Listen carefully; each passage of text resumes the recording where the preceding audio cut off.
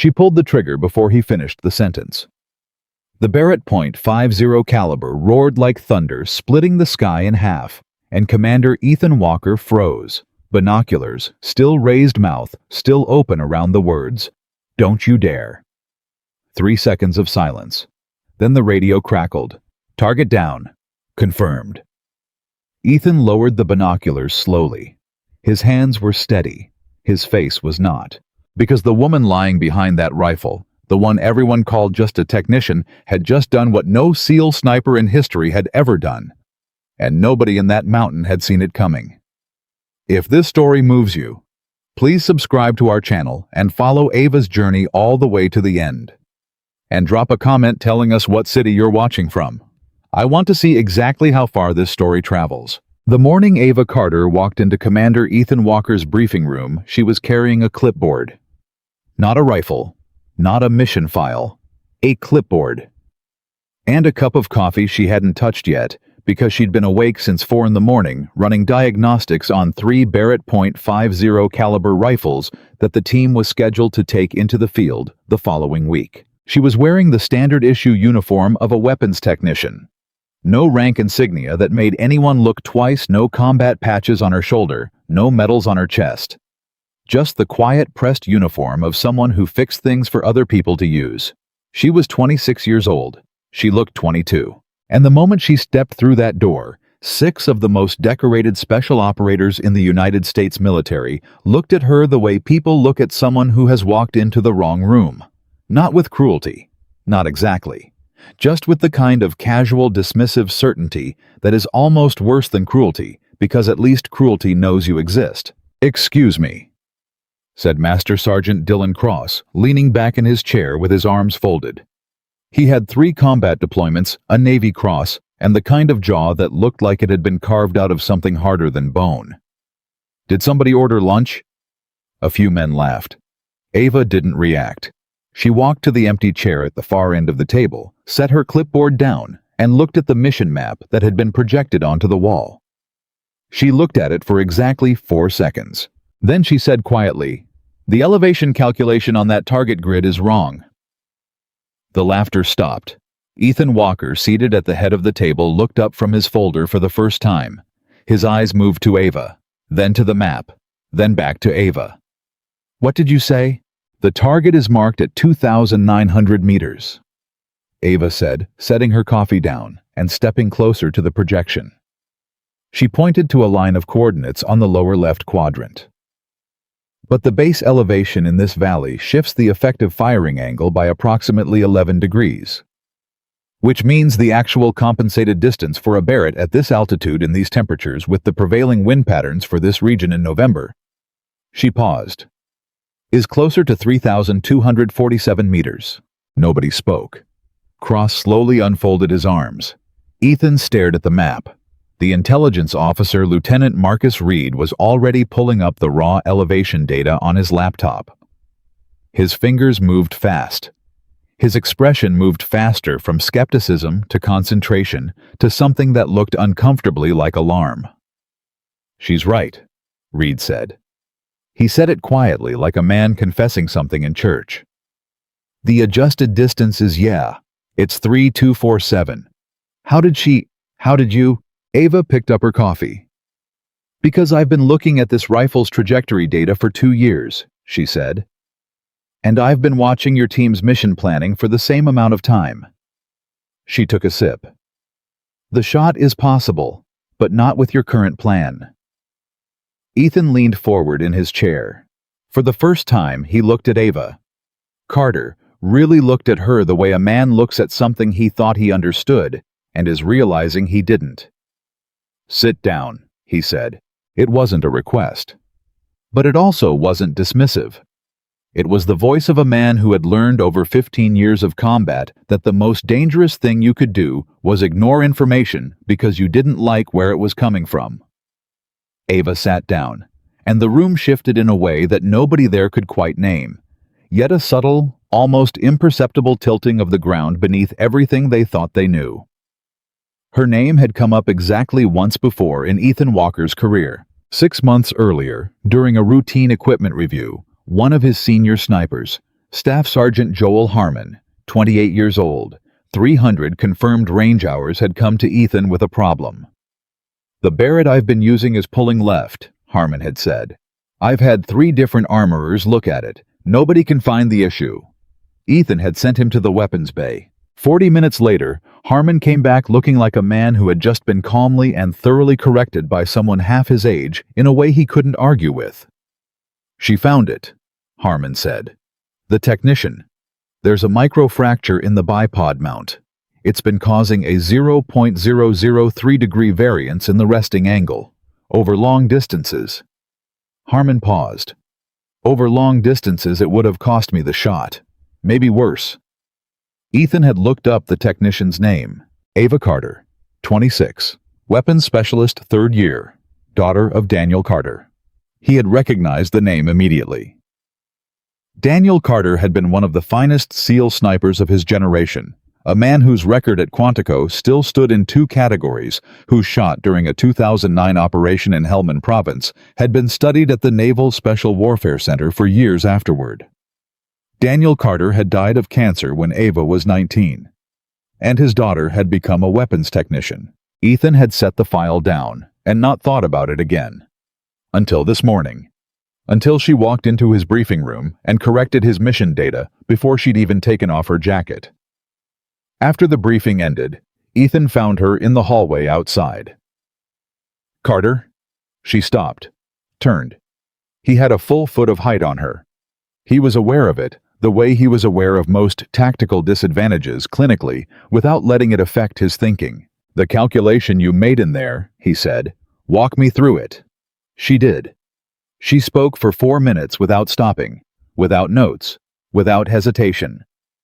Ballistic coefficients, atmospheric density, at altitude, wind pattern, analysis based on satellite data she had apparently been pulling and cataloging in her own time.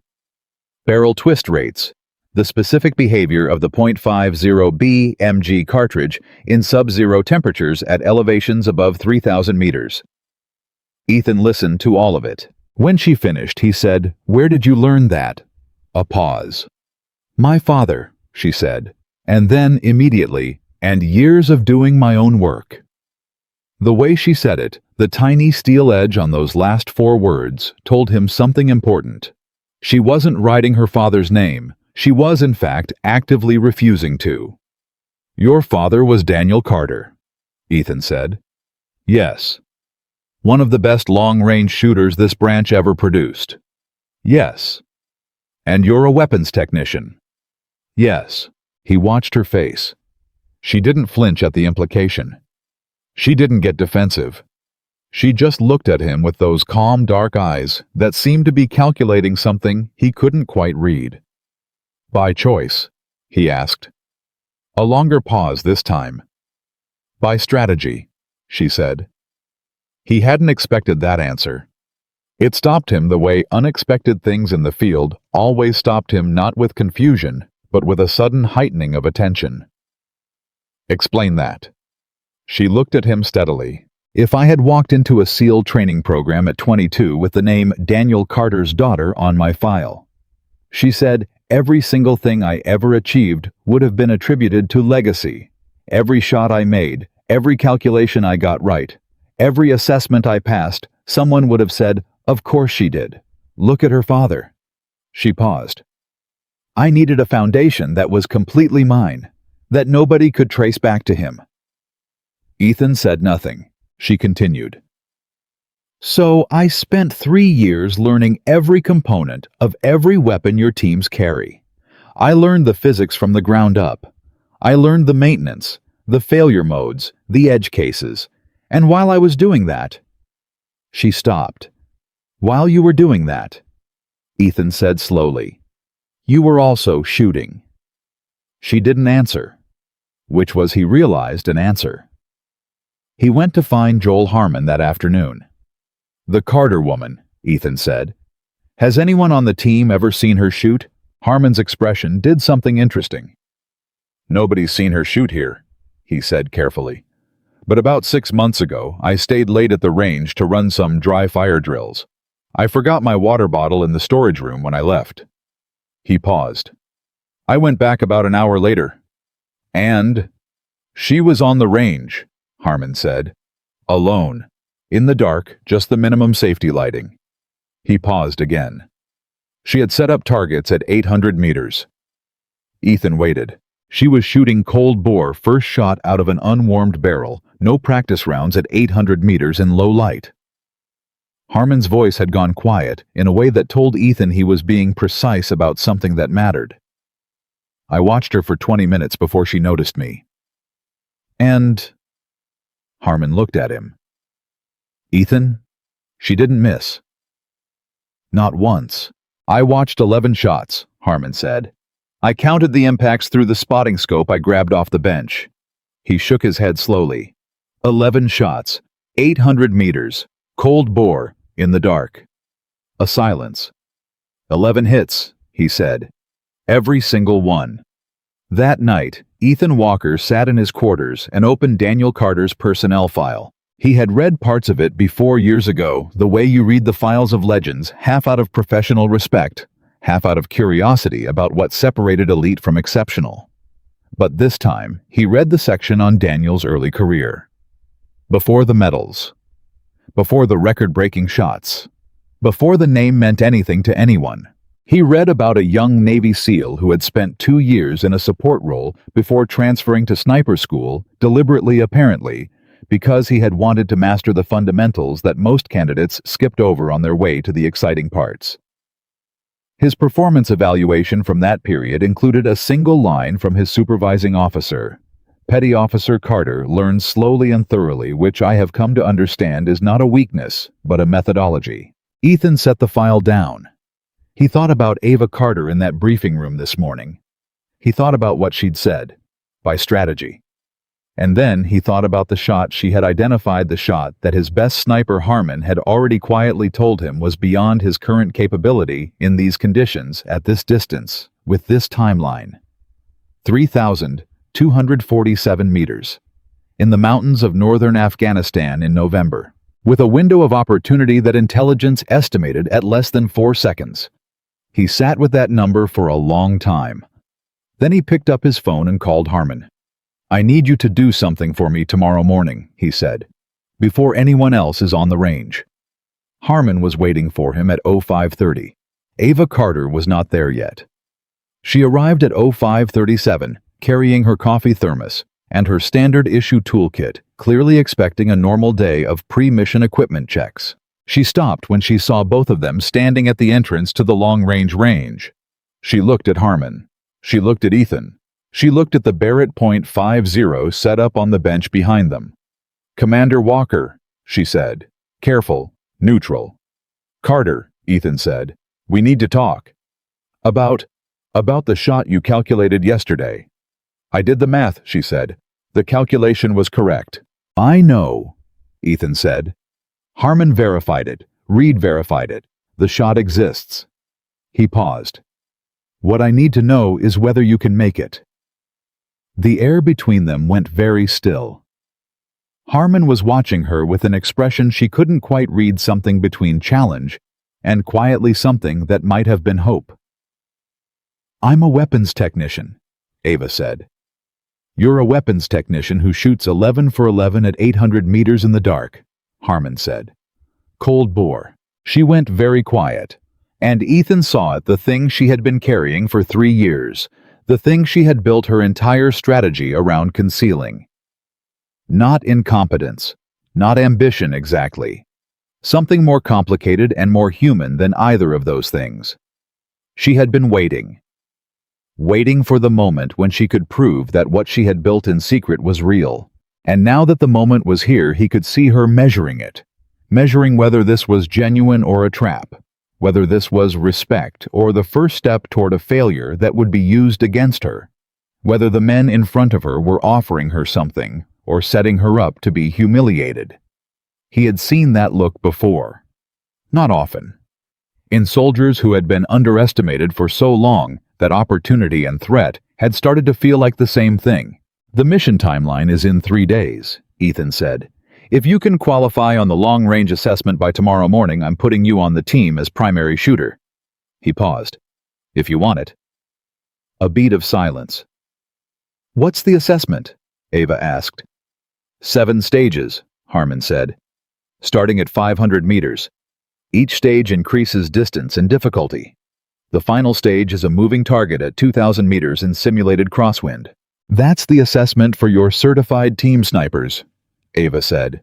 "Yes," Ethan said. "I'm a technician." "You are," he said, "which means if you pass, it'll be the cleanest qualification on record, because nobody's going to be able to say your score was adjusted for anything." She looked at him for a long moment. Then she looked at the Barrett on the bench. Then she picked up her coffee thermos, took a long sip, and set it down on the storage shelf beside the door. "What time do we start?" she said. Word traveled fast. By 700, there were 14 people at the range who had no operational reason to be there. By 800, there were 22. They came with the casual, plausible deniability excuse of runners everywhere. They were checking equipment, running secondary assessments, happening to be nearby. But they were there to watch. They were there because somebody had whispered to somebody else that the weapons technician was doing the sniper qualification, and that particular piece of information had traveled through the base like electricity through water. Dylan Cross arrived at 07:15. He didn't pretend to have a reason. He just leaned against the far wall with his arms crossed and watched with the flat, patient expression of a man who had already decided what the outcome was going to be. Ava ignored all of it. That was the first thing that surprised them. Not the ignoring they expected that, or they expected her to try to ignore it and fail to let the awareness of the audience get under her skin the way it got under most people's skin. What surprised them was the quality of the ignoring, the texture of it. She wasn't pretending they weren't there. She genuinely did not seem to be allocating any mental resources to their existence. She was loading the Barrett with the quiet, deliberate attention of a woman performing surgery. Each component handled with precision. Each check completed in sequence. Nothing rushed. Nothing skipped. Nothing done for show. "First stage," Harmon called out. 500 meters. Single stationary target. 3 rounds. Ava settled behind the rifle. Adjusted the scope. Took 2 slow breaths. Shot. Shot. Shot. Harmon checked the impacts through his spotting scope. He didn't say anything for a moment. Then, 3 for 3, tight group, center mass. Cross shifted against the wall but said nothing. "Second stage," Harmon said. 800 meters. 2 targets sequential, 4 rounds. Ava shot. 4 times. 4 for 4. A murmur moved through the gathered men. "Third stage," Harmon said. 1,100 meters. Single target.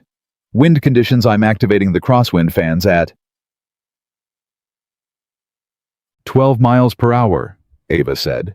"I can feel it already. And there's a secondary eddy coming off the left side of the range building. It'll shift the effective wind angle by about 8 degrees in the mid-flight window." Harmon lowered his clipboard. He looked at her. "Yes," he said quietly. "That's correct." She shot.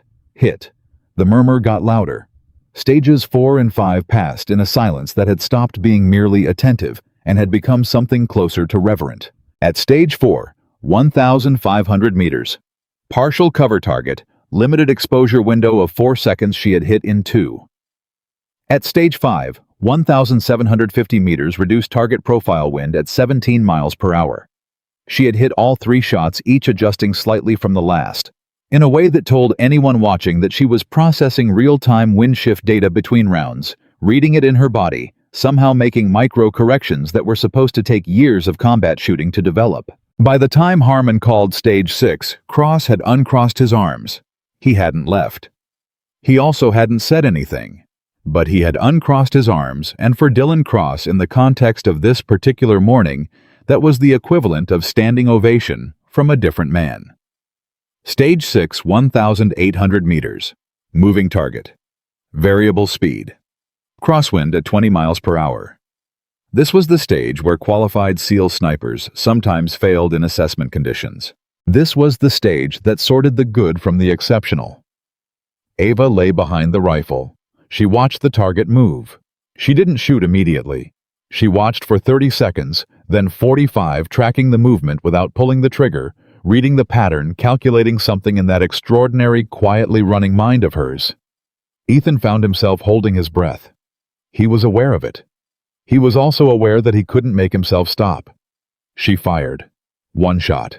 Harmon's spotting scope snapped to the target. "Hit," he said. His voice was steady, but barely. She fired again. "Hit." Again. "Hit."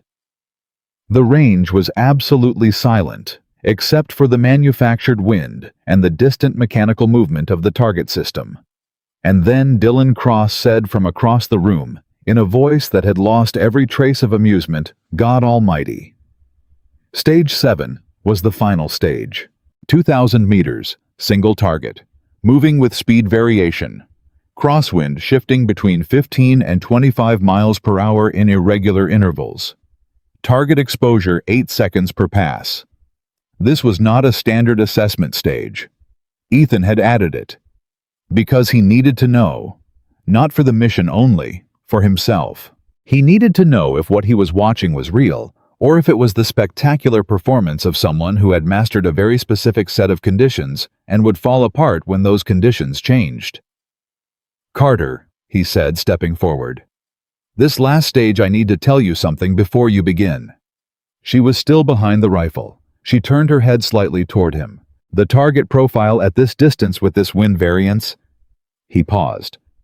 "Even Harmon hasn't hit this clean in assessment conditions." He was watching her face. He wanted to see what that information did to her. "I know," she said. "It doesn't concern you." She thought about it. "It tells me I'm about to do something Joel hasn't done," she said. "I don't find that discouraging." And then she turned back to the scope.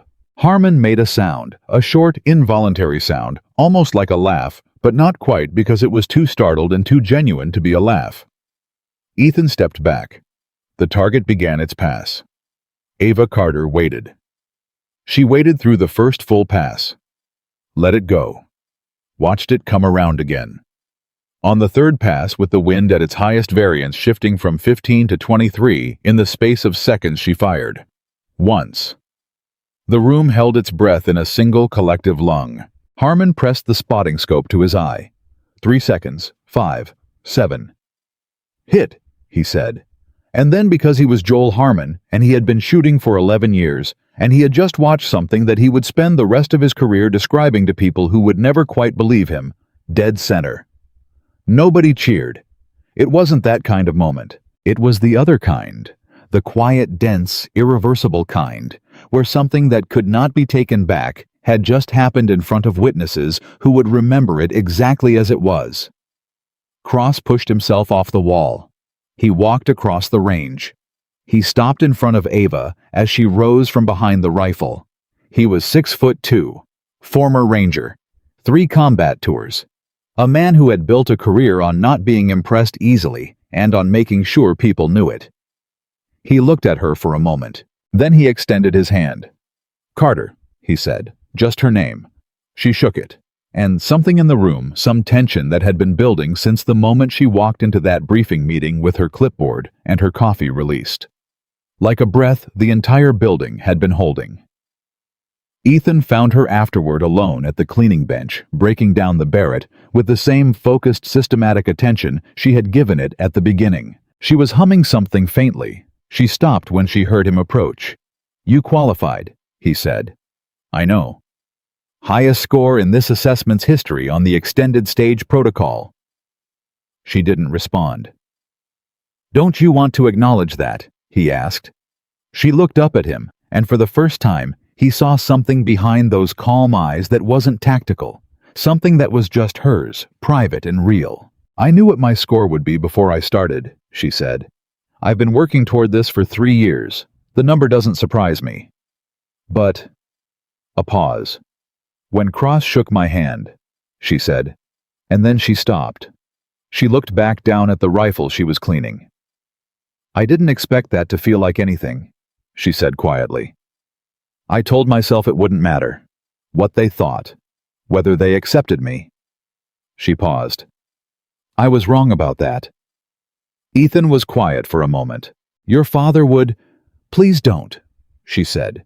It was gentle, but it was firm. Please don't tell me what my father would think. This is mine. I need it to be mine. He nodded. All right, he said. She went back to cleaning the rifle. He turned to leave. Commander Walker. He stopped. 3 days, she said. Tell me everything I don't know about the terrain. He turned back and looked at her, this 26-year-old woman who had walked into his briefing with a clipboard and was now the most important asset he had for a mission that every piece of his operational experience told him was barely possible. Everything he said, everything she said. And she didn't look up from the Barrett, because she was already working, because she had always been already working, because Ava Carter had been preparing for this her entire life. And in 3 days, the mountains of Afghanistan would find out exactly what that preparation was worth. But that story, the real story, the one that would make grown men in that operations center go completely silent and stare at a radio receiver like they were hearing something that couldn't be real. That story was still 3 days away, and every single hour of those 3 days would matter. The briefing started at 2100 hours. Ethan Walker had cleared the room down to 6 people himself: Harmon Cross Reed, the team medic, Sergeant Pete Navarro, and Ava Carter, who arrived 30 seconds early with a notebook already open and a pen already in her hand. Nobody commented on the notebook, but Ethan noticed that Cross glanced at it, then glanced at Harmon, and something passed between them that wasn't quite a smile but was in the same family. 3 days. That was what they had. Ethan pulled up the mission file and didn't waste a single word on preamble. The target is a logistics coordinator for a weapons supply network that has been responsible for 3 American deaths in the last 6 weeks, he said. He moves constantly. He's been tracked for 4 months, and we've had 2 previous opportunities that fell apart. This is the 3rd window. He paused. Intelligence gives us an 83% confidence that this window closes permanently if we don't take it. And the shot? Cross asked. The shot is Carter's calculation, Ethan said. 3,247 meters. The position has been identified. There's a ridgeline on the northeastern face that gives us the angle. He looked at Ava. Walk them through it. She stood. She didn't hesitate, and she didn't look around to see if they were ready for her. She just stood up, moved to the map, and began. The effective firing distance isn't a straight line, she said. The topography creates a refraction problem. The bullet's trajectory will cross 3 different air density zones as it descends from the ridge to the valley floor. Each zone has different temperature and humidity characteristics, which affect drag coefficient differently. She pointed to 3 marked positions on the elevation profile. I've modeled the ballistic path through all 3 zones using the atmospheric data from the last 14 days. The window of valid conditions, the specific combination of temperature, wind, and air pressure that makes this shot survivable in terms of drift, occurs twice a day. Once at approximately 0617 hours, once at approximately 1943 hours. Reed was typing. Harmon was staring at the elevation profile with the focused expression of a man doing math he didn't want to get wrong.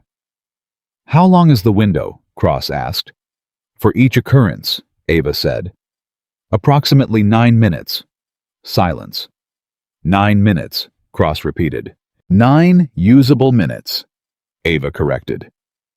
Within that window, the target needs to be in the identified position for at least 4 seconds of clear exposure. Intelligence assessment is that he follows a routine T at the same location each evening. The 1943 window aligns with that routine 4 out of 5 days, based on the surveillance pattern. Cross looked at Ethan. She's done more prep on this than our advance team. Yes, Ethan said simply. Ava sat back down. She opened her notebook and wrote something, and Ethan caught a glimpse of the page.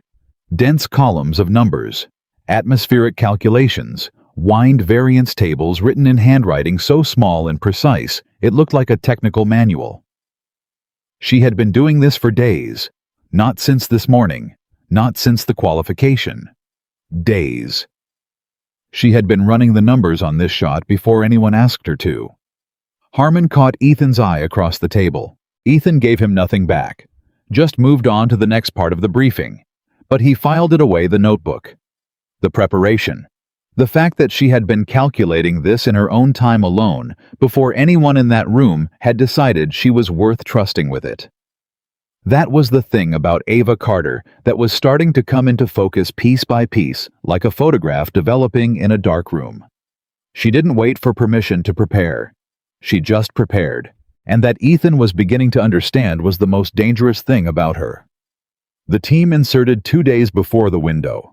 Standard protocol, early enough to establish position, late enough to minimize exposure. They moved in 2 elements, rotating through 3 cover positions across a 12-hour period. And by the time they reached the primary Overwatch location, every man on the team had burned through whatever skepticism he'd carried up the mountain with him. Because climbing at altitude will tell you very quickly what a person is made of. Not skill, not training.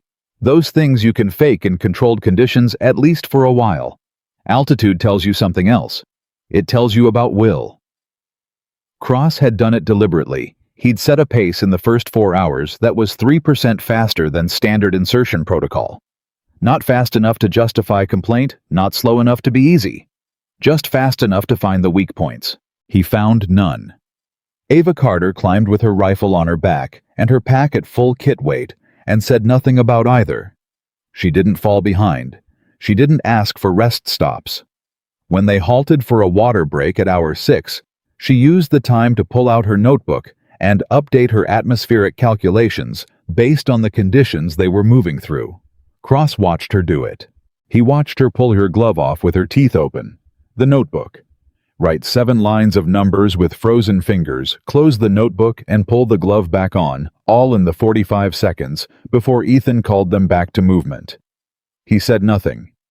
But at hour 9, when they reached an intermediate position and Harmon pulled Ava aside to run through final scope calibration checks, Cross appeared on Ethan's left side and spoke quietly. "I owe that woman an apology," he said. Ethan didn't look at him. For what specifically? The lunch comment. She didn't seem bothered by it. "I know," Cross said. "That's why I owe her the apology. She deserved a reaction, and I wasn't worth giving one to." He paused. "That's a hell of a thing to make a man feel." Ethan almost smiled. Almost. "Tell her yourself," he said. Cross was quiet for a moment. "Yeah," he said. "I will." The apology happened at hour 11 while the team was staged in the cover position, waiting out the daylight hours before the morning window. Cross sat down next to Ava in the space between 2 large rocks where she had set up to review her data. He sat down like a big man sits in a small space carefully, with awareness of his own size, and he looked at what she was working on for a moment before he spoke. "The lunch comment," he said. "Day 1. That was garbage, and you didn't deserve it." Ava kept her eyes on her notebook. "I've heard worse," she said. "That's not the point," Cross said. "Worse doesn't make it right." She looked up at him then, and whatever she saw in his face, whatever quality of genuineness was sitting there undefended, seemed to matter to her, because she held his gaze instead of looking away. "Okay," she said. "Okay, you accept it. Okay, you said it," she said. "And you meant it. That's enough." Cross nodded slowly. He started to stand, then paused. "Can I ask you something?" he said. "You can ask." "How long have you been carrying this?" He didn't define this. He didn't need to. They both knew what he meant, the whole weight of it, the secret training, the strategy, the years of being looked past. She thought about it for a moment. "Since I was 19, she said. He did the math quietly. 7 years, he said. "Yes." "That's a long time to carry something alone." She looked back at her notebook. "It was the only way to make sure it was real," she said quietly. "If someone had been with me, if someone had known, it would have changed what I was building. The pressure would have changed it. Other people's expectations would have shaped it. She paused. I needed to build it in the dark, where the only measurement that mattered was whether I was getting better. Cross was quiet for a long time. Your father ever know? He asked. A pause. He knew I could shoot, she said. He taught me the fundamentals before I was 12, but he didn't know. She stopped, started again. He didn't know how far I'd taken it. He died before I really understood what I was doing, before I understood that I was doing it as much for myself as for... She stopped again. Cross waited. He used to say. She said that the bullet doesn't know your name. It doesn't know your rank or your gender or your father's reputation. It just goes where physics sends it. She almost smiled. He said that to me when I was 9, and I spent the next 17 years trying to understand everything there was to know about the physics. Cross was quiet again. Then he said, You're going to make this shot. Not as encouragement, as a statement of observed fact. She looked at him. I know, she said. Good, he said and stood up. He'd gone 3 steps when she said cross. He turned. Thank you, she said. For the hand. On the range. He looked at her for a moment. Overdue, he said, and walked away. The morning window came and went without a target, which was expected. The intelligence had flagged the morning appearance as lower probability, the evening routine as the stronger pattern. But waiting is its own kind of test, and the team spent the hours of that day in a compression of silence and stillness that would have broken most people in a different kind of slow. Not this team, and not Ava. She spent the day going through her data in cycles, each review adding a small refinement, adjusting for the specific atmospheric readings they were getting on site versus the satellite projections she had used in planning. The actual air pressure at altitude was slightly lower than projected. The temperature variance between morning and afternoon was slightly wider. These were not large corrections, but they were real ones, and she incorporated each of them methodically, and with each incorporation, her confidence in the final calculation tightened by a fraction. Harmon sat with her for part of the afternoon. You're recalculating from scratch, he said, watching her work. I'm recalculating from the actual data, she said. The satellite projection was a model. This is real. How different is it? The effective drop at 3,247 meters changes by about 3 inches from the original projection, she said. Given the target profile size, that's within acceptable margin, but... She paused. I don't like operating within acceptable margin if I can close it. Harmon was quiet. You know what Ethan said about you? He asked. She kept writing. What? He said you remind him of the best operators he's ever worked with. Not the most talented, the best.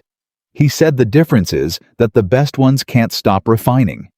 They get uncomfortable with good enough. She stopped writing for just a moment. Then, your commander is perceptive. Don't tell him that, Harmon said. He'll get insufferable. She did smile then. It was brief and it was real, and Harmon filed it away the way you file away things that don't happen often enough. Harmon, she said after a moment. Yeah. On the range, stage 7. She paused. Ethan told me you hadn't made that shot clean in assessment conditions. True. Did it bother you when I hit it? He thought about it. For about 4 seconds, he said honestly. And then... He paused. And then I thought about something my first sniper instructor told me. He said the only person you're in competition with is the shooter you were yesterday. He looked at her. I realized I wasn't watching a competitor. I was watching the next level. And that's not the same thing. She looked at him. Most people don't make that distinction, she said.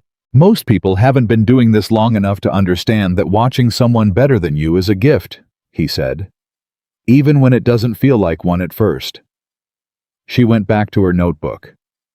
But something in her posture had changed slightly. A fraction of relaxation in the shoulders.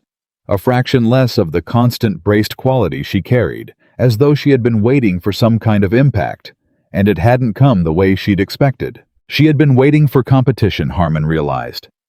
for resentment, for the men around her to rearrange themselves into the configuration she had been managing her entire career. Talented person on the outside establishment. On the inside, the gap between them maintained by pride and territory. Instead, she had gotten Cross's handshake and his apology, Harmon's honesty, and Ethan Walker's complete, unambiguous operational trust. She didn't know what to do with that yet, but she was learning. At 18:47 hours, Reed's radio came to life. Target sighted. Anticipated position in 6 minutes. The team moved. Not with urgency was loud, and loud was the enemy. They moved with the controlled, compressed efficiency of people who had rehearsed this transition in their minds so many times that the bodies simply followed. Ava was already prone behind the Barrett before Ethan reached the forward observation point. He stopped beside her. The wind was running at 14 miles per hour from the northwest with a secondary eddy from the ridge face that she had already factored. Temperature had dropped 4 degrees since her last reading. She adjusted. She had already adjusted. Target window opens in 4 minutes, Ethan said quietly. She didn't answer. She was in the scope. Carter. His voice was low. Talk to me. Wind is consistent with the afternoon average. She said, her voice the calm, flat voice of someone operating in a different register than normal human conversation. I've adjusted for the temperature drop. The secondary eddy is running slightly stronger than this morning. I'd estimate 18 degrees deviation rather than 16. I've corrected. She paused. I'm ready. Ethan looked at her. At the back of her head, at her hands absolutely still on the rifle, at the complete absence of tension in her body, that was not the absence of awareness, but the achievement of a kind of total focus that looked from the outside like stillness, but was in fact the opposite. He had seen it before. In his best operators, in men who had paid for that stillness with years of work and failure and refinement. He had never seen it in someone doing this for the first time in the field. Reed, he said quietly into his radio. Status. Target approaching position. 90 seconds. Ava's breathing slowed. He watched her do it, watched her bring her respiratory rate down deliberately, the way a person changes gears in a car, smooth and intentional and complete. I need to tell you something, Ethan said, and he hadn't planned to say it. The words came from somewhere below planning. If this doesn't work, it'll work, she said. I know. But if conditions change, if the window closes early, if the target... Ethan. She used his first name. She had never used his first name. I need you to not talk right now. He stopped. He closed his mouth. He stood back. And in that moment, in the small, complete moment of Ava Carter telling him to stop talking so she could do her job, Ethan Walker felt something he had not expected to feel. Pride. Not the abstract pride of a commander watching an asset perform. Something closer to what he imagined a father felt. He thought of Daniel Carter, who was not alive to see this. He thought of all the mornings she had spent alone on a range in the dark building, something in secret, building it the way his own father had built a business from nothing. Not for anyone else, not for recognition, just because the work was real and the work required doing. He stepped back, and he let her work. Target in position, Reed's voice said. He's stationary. You have the window. Ava saw him through the scope. 324 meters away. Small. Impossibly small.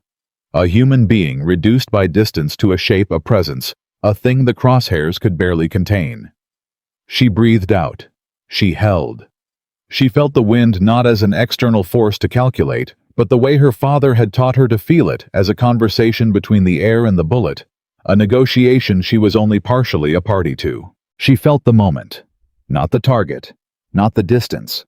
The moment itself, that particular coalescence of conditions that said, now that said this, that said the physics are as favorable as they are going to be for the next 9 seconds. She felt the trigger against her finger. She didn't pull it. She let it go. The way her father had taught her, you don't pull the trigger, you release it. You let the shot happen the way you let a breath happen, because the moment you force it, you've already introduced the error. The Barrett fired. The sound hit them all like a physical thing, a concussive wave of noise that rolled out across the mountain and came back off distant rock faces in diminishing echoes. For a moment, the world seemed to hold itself. Nobody moved. Nobody breathed. The seconds stretched into something that had no proper unit of measurement. Not quite time, not quite silence, not quite waiting, but all three at once. Then Reed's voice came through the radio. It was steady, military steady, the trained neutrality of a man delivering a report. But underneath it, so quiet it was almost inaudible, was something that sounded like awe. "Target down. Confirmed." The mountain held its silence for one more breath. And then Harmon said, not loudly, not dramatically, just the word alone released into the air, like something that had been pressed too long inside a closed hand. "Yeah." Cross exhaled. Reed said something in a low voice that wasn't part of any report. Navarro, the medic, who had not spoken in 2 hours, said, "My God." Ethan stood still. He was looking at Ava. She had not moved from the rifle. She lay behind it with the same total stillness she had held for the last 4 minutes, and for a moment he thought she hadn't heard.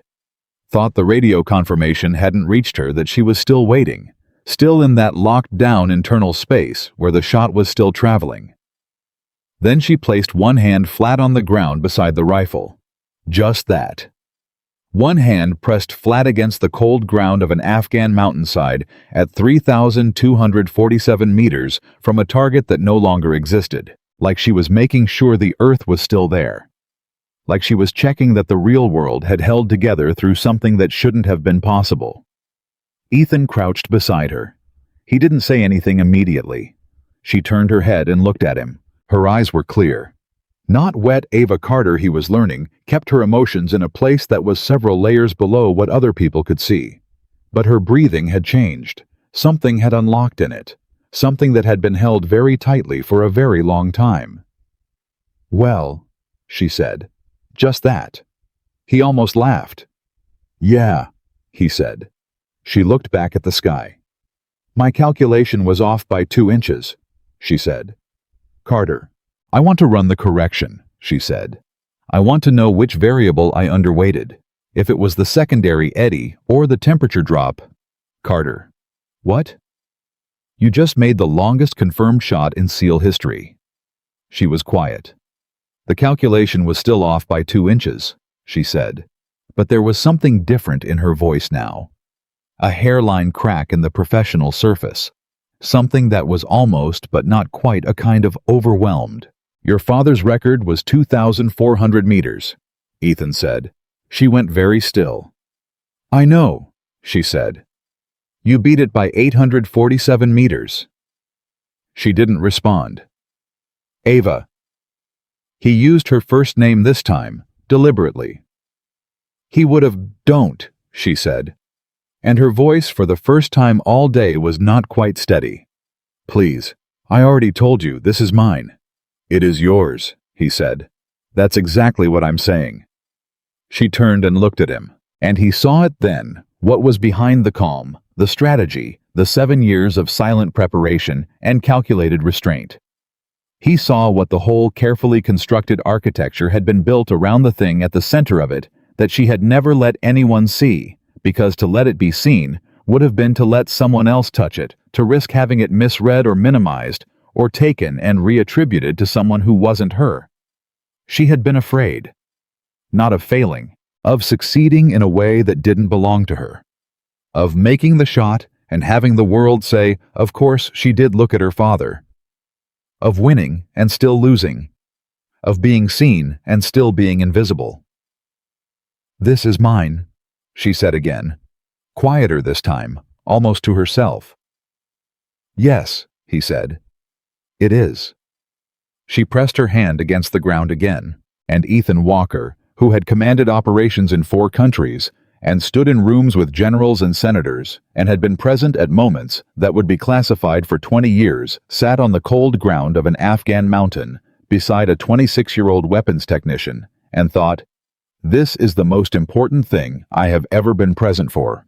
Not because of the distance, not because of the record, But because of what it had cost her, and how long it had taken, and the fact that she had built every single inch of it alone in the dark, without anyone watching, without anyone's encouragement or anyone's permission, without anyone's belief except her own.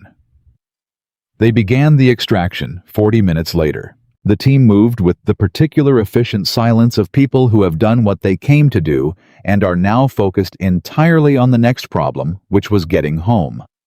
Mission complete meant nothing if you didn't survive to report it.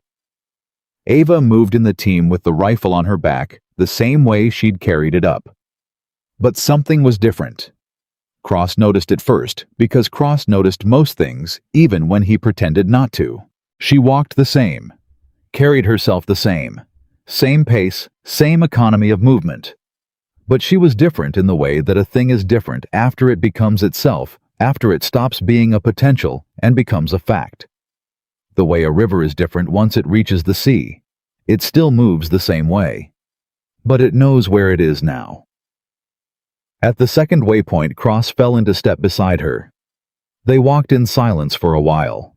Then he said, "How do you feel?" She thought about it genuinely, the way she thought about things, giving the question actual consideration rather than reflexive answer.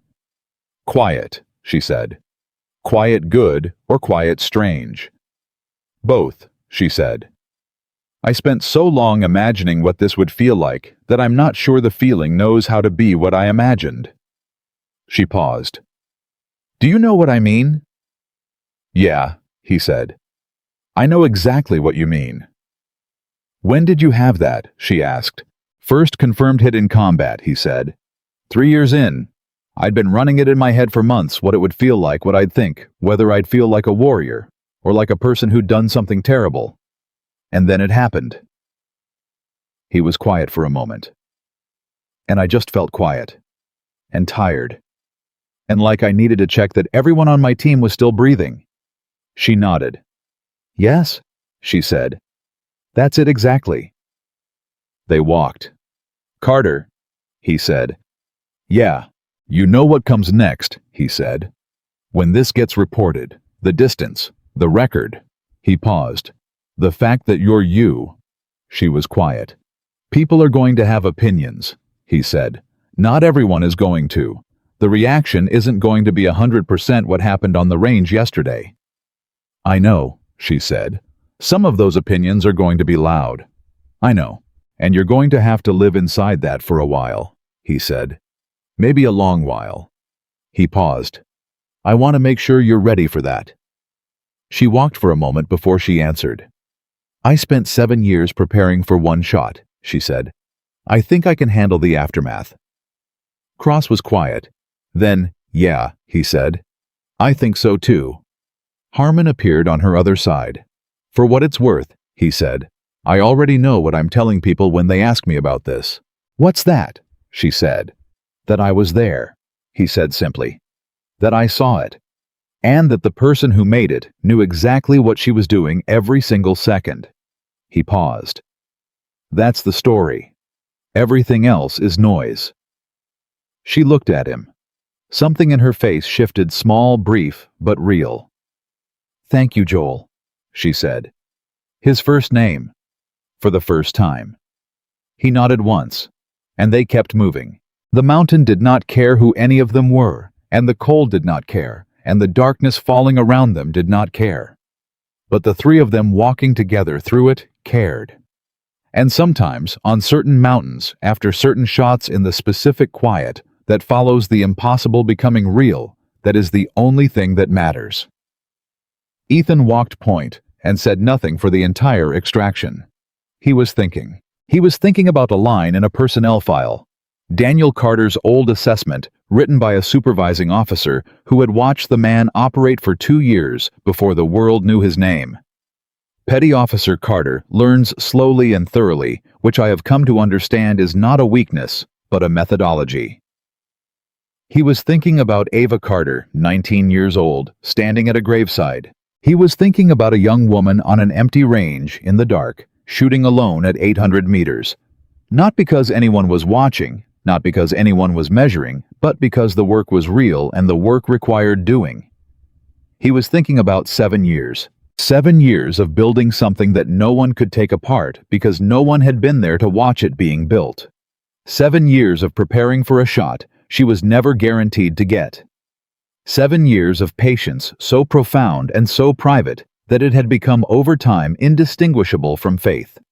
Faith in the work, faith in the physics, faith in the idea that if you prepared long enough and thoroughly enough and honestly enough, the moment would eventually exist, and when it did, you would be ready for it. He thought about what she had said to him on the range during the qualification. Someone has to make the impossible possible. He had thought at the time that it was the statement of someone with something to prove. He understood now that he had been wrong.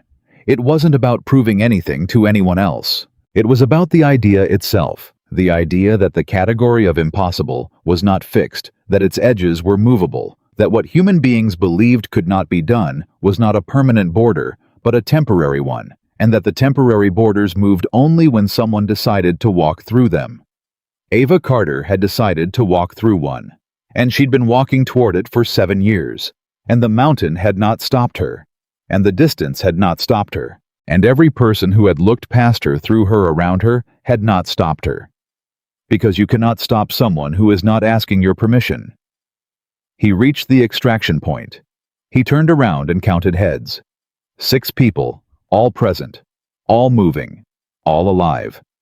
And one of them had done something tonight that would be studied and argued about and measured and debated for years. And that one was currently checking her atmospheric notebook by headlamp to figure out where her calculation had been off by 2 inches. Ethan Walker laughed, quietly to himself in the dark. It was the kind of laugh that had nothing to do with humor and everything to do with relief and wonder and something that sat somewhere between gratitude and awe. The extraction vehicle was 4 minutes out. The mission was complete. The record was real. And Ava Carter, 26 years old, daughter of Daniel Carter and architect of her own impossible future, was already thinking about the next calculation. Because that was who she was. That was who she had always been. And from this point forward, everyone in the world who mattered would know it.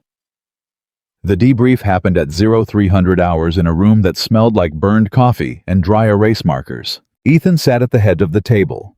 Reed was to his left with 3 laptops open. The rest of the team had their chairs pushed back slightly the way men sit when they've been carrying weight for a long time and finally set it down, but their bodies haven't gotten the message yet. Ava sat at the far end with her notebook open and a fresh page in front of her. The official report took 40 minutes. Reed walked through the timeline, the atmospheric conditions, the target confirmation, the extraction. He read the numbers with the flat precision of a man who had written 100 of these reports and understood that the document was not the story, only the record of it. When he got to the shot data, he paused. Confirmed distance, he said. 3,247 meters. Confirmed single round elimination. Atmospheric conditions at time of shot. He looked at his screen. Temperature -4 Celsius. Wind northwest at 14 miles per hour with secondary eddy deviation of approximately 18 degrees. He paused again. This is the longest confirmed shot in naval special warfare history. By 847 meters. Nobody spoke for a moment. Then Reed looked up from his screen. I'm required to note for the record, he said carefully, that the shooter was weapons specialist Ava Carter, operating outside her standard role classification, qualified on emergency mission protocol under Commander Walker's direct authorization. He set his pen down. That notation is going up the chain. I know, Ethan said. Which means this conversation is going to happen at levels above this room, Reed said. I know, Ethan said again. Cross leaned forward. What kind of conversation are we talking about? Reed looked at Ava, then back at Ethan. The kind where people who weren't here ask questions that people who were here are going to have trouble answering without sounding like they've lost their minds. She made the shot, Harmon said. That's the answer to every question. Joel, Reed's voice was patient. You know how this works. A weapons technician making the longest shot in naval special warfare history isn't just a record, it's a narrative. And narratives make people uncomfortable when they don't fit the categories that already exist. The room was quiet. Ava had been writing in her notebook through all of this. Now she looked up. "What are you actually saying?" she asked Reed. He met her eyes. "I'm saying there are people up the chain who are going to want to understand how a weapons technician ended up as primary shooter on a classified mission." He paused. "And some of those people are not going to arrive at that question with pure intellectual curiosity." Ava set her pen down. "They're going to question Ethan's decision," she said. "Yes. They're going to ask whether I was a calculated risk or a liability." "Yes. And the distance isn't going to settle it for them," she said, "because the distance is going to make them more uncomfortable, not less." Reed nodded slowly. "Because if you'd missed," he said, "the story would be reckless. Commander sends unqualified technician on impossible shot mission fails questions get asked. But you didn't miss. So now the story is unqualified technician makes record-breaking shot, and everyone who defined her as unqualified has to explain themselves." He paused. "That's a harder story for some people to live with than the failure would have been." The room digested that. Cross said very quietly, "That's one of the ugliest things I've ever heard." "It's true," Reed said.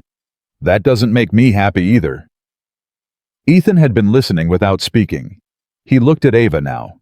Her face was still.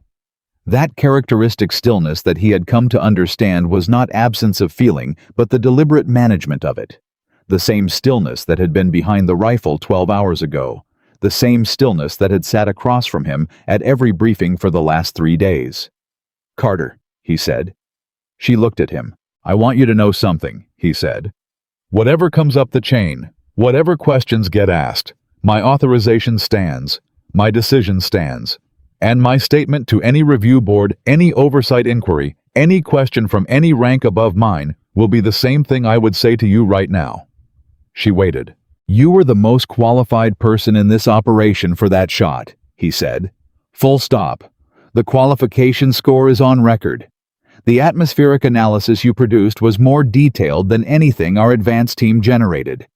Your preparation was complete, your execution was flawless, and the outcome justified every decision I made in putting you in that position." He paused. "Anyone who has a problem with any of that is welcome to come find me." Ava held his gaze for a long moment. "Thank you," she said. "Don't thank me," he said. "I'm just describing what happened." She nodded once and picked up her pen again. But under the table, out of sight, she had pressed her free hand flat against her thigh, the same gesture she'd made on the mountain, pressing against the ground. As if she needed to confirm the reality of solid things when the less solid things threatened to become too large. Chun. 3 weeks later, the inquiry came. Not the formal kind, not yet. The formal kind had paperwork and timelines and a legal right to counsel. This was the other kind, which was in some ways worse because it wore the costume of casual conversation and pretended to be something other than what it was. It arrived in the form of Captain Gerald Morse, who flew in from the Naval Special Warfare Command at Coronado and requested a meeting with Ethan Walker that he described in the email as a routine debrief follow-up. Ethan knew Gerald Morse, not well enough. Morse was not a bad man. Ethan believed that sincerely, but Morse was a man who had spent 22 years inside a system, and the system had specific dimensions, and things that didn't fit those dimensions created friction. And friction made Morse's job harder. He arrived with a lieutenant who took notes and said nothing. He shook Ethan's hand, accepted the coffee, and sat down across from him with the particular posture of a man who has pre-decided the arc of a conversation but intends to arrive at his destination slowly. "Good work out there," Morse said. "Thank you, sir. Target's been confirmed as a significant disruption to the supply chain. Intelligence is calling it the most impactful single operation in the region this year. I'll pass that to the team. Yes?" A pause. "The shot data has circulated." He said it as if the shot data were a rumor rather than a documented fact. Has it? Ethan said. There are people at command who are interested. Interested is a word. Morse looked at him. Ethan, you put a weapons technician in a primary shooter role on a classified operation. I put the most qualified available shooter in the primary shooter role, Ethan said. The qualifier is most qualified. Everything else is job title. Job titles exist for reasons.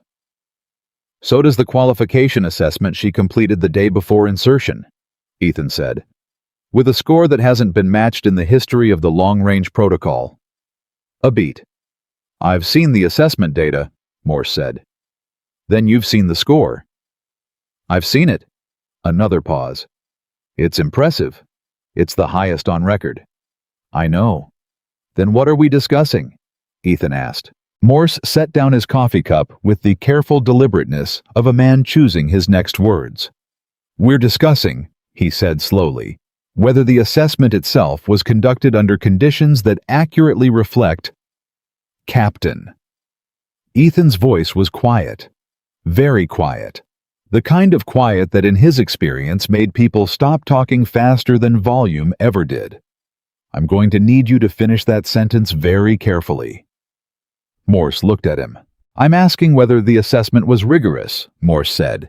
That's a legitimate question in any after-action review. Harmon ran the protocol, Ethan said.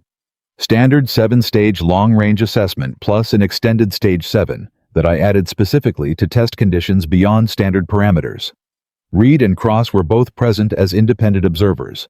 The results are time-stamped, and the target impacts are photographically documented. He paused. The assessment was the most rigorously documented qualification in the team's history, because I knew this conversation was coming. Silence. The lieutenant's pen had stopped moving. Morse was looking at Ethan with an expression that had moved past the comfortable territory of practiced neutrality into something more honest, something that looked like a man reconsidering the ground he thought he was standing on. You anticipated this inquiry, Morse said. I anticipated a version of it, Ethan said. I didn't know if it would come from your office or somewhere else. But I knew that when a 26-year-old woman with a technician's job title breaks the longest shot record in naval special warfare history, someone in a position of authority would need to find a reason why it made them uncomfortable. He paused. I wanted to make sure there was no legitimate reason available. A long silence. That's a significant accusation, Morse said finally. I'm not accusing you of anything, sir, Ethan said. I'm describing a pattern I've observed in how institutions respond to things that don't fit existing categories. It's not personal. It's almost never personal. He looked directly at Morse. But it has real consequences for real people, and I'm not going to let it have consequences for this one. Morse said nothing for a moment. The lieutenant had his pen down now and was looking at the middle distance with the carefully maintained blankness of someone trying to make themselves invisible. The record stands, Morse said finally. The record stands, Ethan confirmed. And Carter's role in the operation is documented accurately. As primary shooter operating under valid emergency mission protocol authorization with a qualification score on file. He paused. Yes. Morse stood up. He picked up his coffee cup, looked at it, set it back down. For what it's worth, he said, and his voice had changed slightly. Lost some of the official weight, become something smaller and more genuine. I pulled Daniel Carter's file after I read the mission report. Ethan watched him. His daughter, Morse said. I didn't know. Most people didn't, Ethan said. She preferred it that way. Morse nodded slowly. I can see why. He picked up his jacket. The record stands. I'll make sure the documentation reflects the operation accurately. I appreciate that, sir. Morse moved toward the door. Then he stopped. Walker, he said without turning around. The extended stage 7 you added to her assessment. Yes.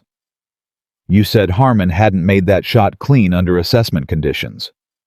That's correct. A pause. Has anyone... Ethan said nothing for a moment.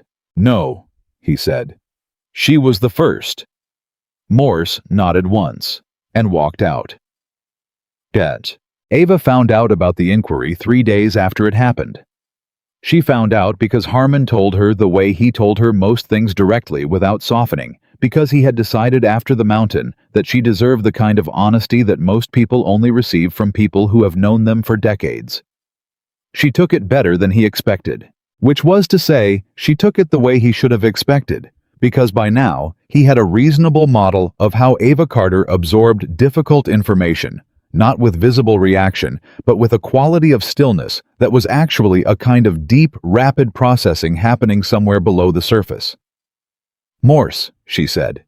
You know him. I know of him. He was one of my father's commanding officers briefly. She paused. He sent a card when my father died. Harmon said nothing. What did Ethan tell him? She asked. He told her. She was quiet for a long time. He anticipated it, she said. The documentation. He set it up before insertion. Yes, she absorbed that. He protected the record before the shot was made, she said. Not quite a question, not quite a statement. Something in between the recognition of a thing that carried weight.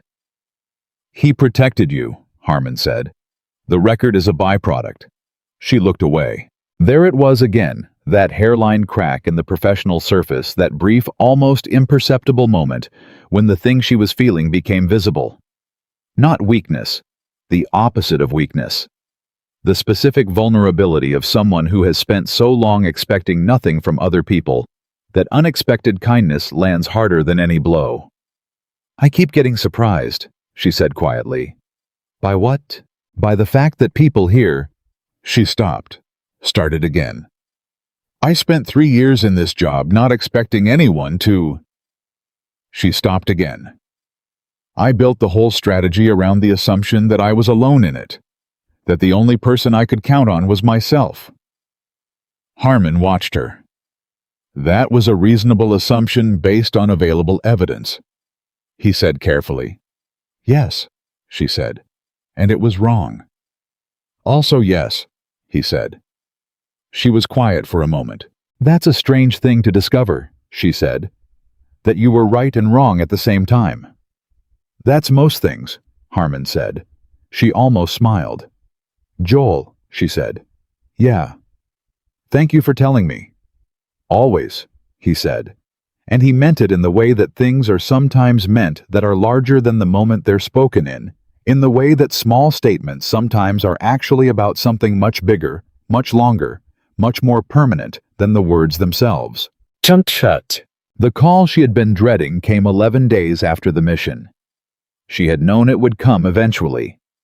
She had even known approximately what form it would take. But knowing something is coming and being ready for it when it arrives are two entirely separate capabilities, and she had discovered over the last week that she was significantly better at the former than the latter. The caller was Colonel Patricia Haynes, Director of Special Operations Personnel Assessment. The call lasted 22 minutes and covered with brisk professional efficiency. The following topics: the mission record, the qualification assessment, Ava's background, her training history, her performance evaluations going back 3 years, and the specific question of whether Ava Carter intended to remain in her current role, classification. That last question, Ava said. Can you be more specific about what you're actually asking? A brief pause on the line. We're looking at a potential reclassification pathway, Haynes said. Given your qualification scores and the mission record, there are members of the assessment committee who believe your current role doesn't reflect your actual capabilities. My current role was my choice, Ava said. I understand that. I chose it for specific reasons. I understand that too, Haynes said, and those reasons were well-founded, but the situation has changed. Because of the shot, Ava said. Because of the shot, Haynes confirmed. The record is public within the special operations community. Your file is being reviewed by people who didn't know you existed 6 weeks ago. And what do they want? Another pause. Some of them want to understand how they missed you, Haynes said, and her voice had changed slightly, moved from official to something more candid. That's the honest answer. The institutional response to discovering that someone exceptional has been operating below their capability level for 3 years is a mixture of genuine interest and something that looks a lot like embarrassment. Ava said nothing. You're not obligated to make anything easier for the institution, Haynes said. I want to be clear about that.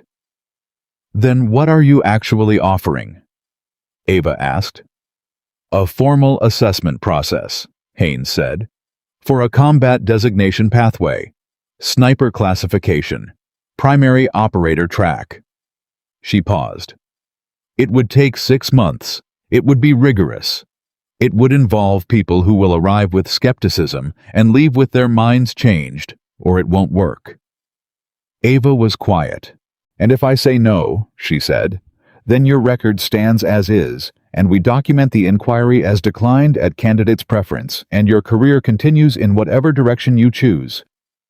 No pressure, Ava said. There's always pressure, Haynes said. I won't lie to you about that. The fact that this call is happening means you're already in motion, whether you made that decision or not. But what kind of motion, what direction, that part is yours. Another silence. I need to think about it, Ava said. Of course, Haynes said. Take the time you need. She paused. Ms. Carter, I read your father's file before I made this call. Ava closed her eyes briefly. I imagine a lot of people have been doing that, she said. Yes, Haynes said, but I want you to know why I read it. Not because I was looking for an explanation for you. I read it because I wanted to understand where a person learns to do what you did on that mountain. And what I found was... She paused. The record speaks for itself. His record speaks for itself. But you're not his record. What you've built is yours, and what you decide to do with it should be yours too. A beat. That's why I called, Haynes said simply. She went to see Ethan that evening. She didn't call ahead. She walked to his office, knocked, and stood in the doorway with her hands in her jacket pockets. He looked up from his desk. Haynes called, she said. I know, he said. She called me first. I told her I wasn't going to tell you what to do. Did she ask you to? She asked what I thought. He put his pen down. I told her it wasn't my decision.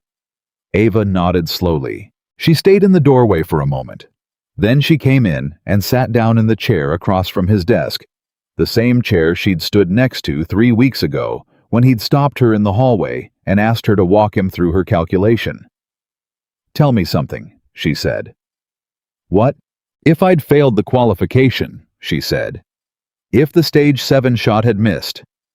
If I'd qualified at the standard 7-stage level, but not the extended protocol. She paused. Would you still have put me on the mission? He looked at her steadily. No, he said. She nodded. That's the honest answer, she said. You asked for the honest answer. I know. She was quiet for a moment. I need to know that I earned this, that every piece of it is real, not given, not accommodated, not adjusted for anything. She paused. I know that sounds...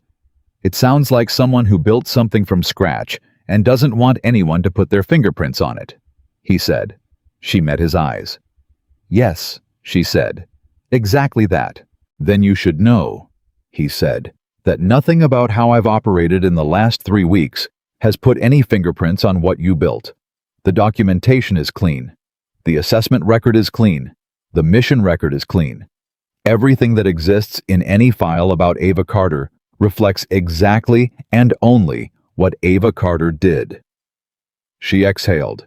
Just that, a small, slow exhalation, barely audible. Haynes is offering a formal reclassification pathway, she said. I know. Primary operator track, 6 months. I know. What do you think? He leaned back in his chair. I told you I wasn't going to tell you what to do. I know what you told Haynes, she said. I'm asking what you think. He looked at her for a long moment. I think you've been building a foundation for 7 years, he said.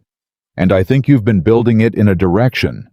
And the question of whether to take the next step in that direction isn't really a question because you built the foundation for a reason. She looked at him. Say it plainly, she said. You know what to do, he said. You've known since before Haynes called. You're in here because you want someone to confirm that the knowing is real. A silence. Is it? She asked quietly. Yes, he said. It's real. She nodded. Once. The small, complete nod of someone who has just confirmed a calculation they already ran and found the answer unchanged. She stood up. I'm going to call Haynes tomorrow, she said. Okay. She moved toward the door. Ethan? He looked up. When this is done, she said. The 6 months, the classification, all of it. She paused. I'm going to come back here. He raised an eyebrow. Not to work for you, she said. To prove something. What?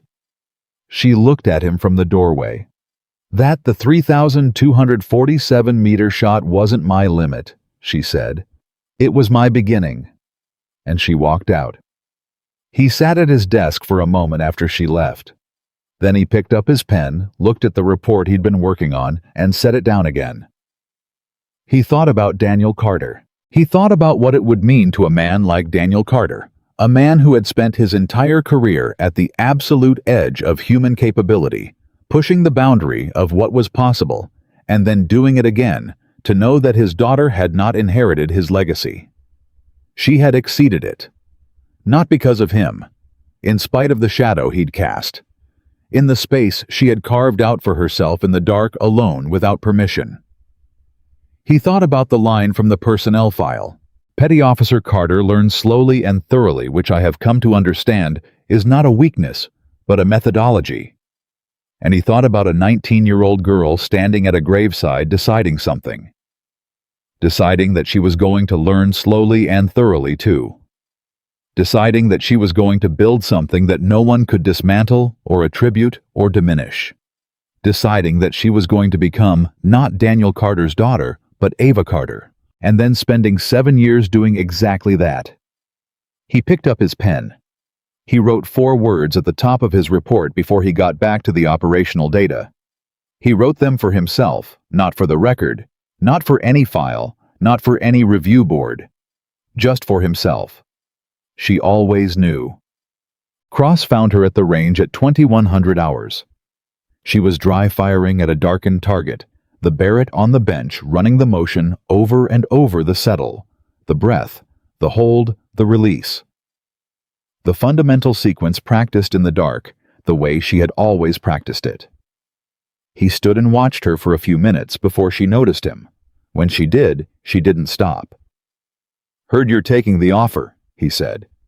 Word travels. This base isn't large. He moved closer. 6 months at Coronado. That's the plan? You know what the assessment program is like, he said. I've heard. No, I mean... He paused. I went through a version of it, the pipeline for primary operator classification. It's not the shooting that breaks people. She kept her eyes on the target. What is it? She said. The waiting, he said. The being measured, constantly. Every day for 6 months, someone is watching you and writing something down, and you never know exactly what they're writing. He paused. For most people, that's the part that gets in their heads. She was quiet. For most people, she said. Yeah. He almost smiled. For most people. She lowered the rifle and looked at him. Dylan? She said. Yeah. I spent 3 years being invisible in a room full of people who weren't writing anything down, she said. 6 months of being watched doesn't scare me. He looked at her. No, he said. I didn't think it would. She raised the rifle again. He started to walk away. Cross, she said. He stopped. If I ask for a reference letter, she said, will you write one? He turned around. He looked at her from across the range the whole length of the room, The darkness between them broken only by the minimum safety lighting, the way she stood with the rifle, like it was something she had always been holding. "Carter," he said. "I was already writing it." She nodded once, and went back to work, because the 6 months hadn't started yet. And the preparation, the real preparation, the kind that happens in the dark when nobody is watching, had already begun. She was Ava Carter, and she was just getting started. She arrived at Coronado on a Tuesday morning with one duffel bag, her notebook, and the kind of quiet that people mistake for nervousness until they're close enough to recognize it for what it actually is. Not nervousness, readiness. The Special Operations Personnel Assessment Center at Coronado processed 47 candidates per intake cycle. Of those, 47 historically between 11 and 16 completed the full 6-month primary operator classification pathway. The rest were returned to their previous assignments with documentation that read in the careful language of institutional bureaucracy as assessment incomplete candidate did not meet current cycle benchmarks. Nobody said failed, but everybody knew what it meant. Ava knew what it meant. She had read every available document about the program before she arrived, not because she was anxious, but because she was Ava Carter. And Ava Carter did not walk into any environment without having done the math first. The intake coordinator who processed her paperwork was a young petty officer named Garcia, who was approximately 22 years old and had the brisk, slightly overwhelmed energy of someone managing too many moving parts at once. He took her file, scanned it, typed something, and then stopped typing. He looked at the screen. He looked at her. He looked at the screen again. "Carter," he said. "Ava Carter." "Yes," she said. "The 3247. "Yes," she said.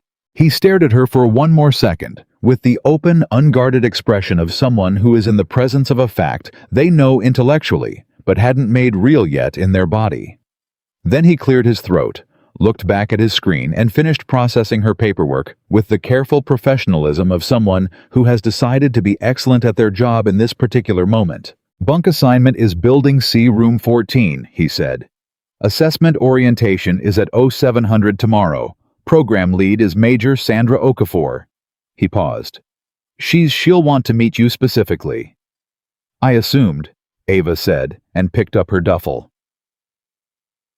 Major Sandra Okafor was 41 years old, former Marine Force reconnaissance, with 2 combat deployments, a master's degree in applied physics from M1T, and a reputation within the special operations community that was summarized most accurately by something Cross had said to Ava before she left. "Don't try to read Okafor. She's been read by better people than either of us, and she doesn't give you anything she doesn't intend to give you." Ava met her at 0630. Okafor had sent a note asking for the early meeting before the rest of the candidates arrived for orientation. She walked into Okafor's office to find the major standing at her window with a coffee cup and an expression that gave nothing away. "Carter," Okafor said without turning around. "Major." "Sit." Ava sat. Okafor turned. She was a compact woman, shorter than Ava expected, with the kind of physical stillness that takes years of operational experience to develop. Not the stillness of inaction, but the stillness of someone who never wastes a single movement. She looked at Ava with dark, direct eyes for a long moment. Then she said, "Tell me why you're here." Not as a pleasantry, not as a rhetorical opening, as a genuine operational question that she intended to evaluate the answer to. Ava said, "Because the 3,247-meter shot was the beginning, not the end." Okafor's expression didn't change. "Most people," she said, "when they arrive here after a significant operational success, arrive with something to prove. Usually to themselves, sometimes to an institution, occasionally to a specific person who doubted them." She paused. "Which is it for you?" "None of those," Ava said. "Then what?" "The work," Ava said simply. "The classification opens access to assignments and training that I can't access at technician level. I don't want the title. I want what the title unlocks." A beat of silence. "That's an unusual answer," Okafor said. "Is it a good one?" Okafor almost smiled. It's an honest one, she said. I'll tell you in 6 months whether it's a good one. She set her coffee down. I need you to understand something before orientation begins. Ava waited. Your record precedes you, Okafor said. Every candidate in this intake cycle knows who you are. Some of them have been working toward this classification for 2 or 3 years. Some of them have combat records that would make your mission file look brief. She paused.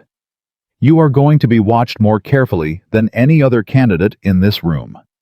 Not because we're looking for reasons to fail you, because a record like yours creates expectations that are very hard to live inside of.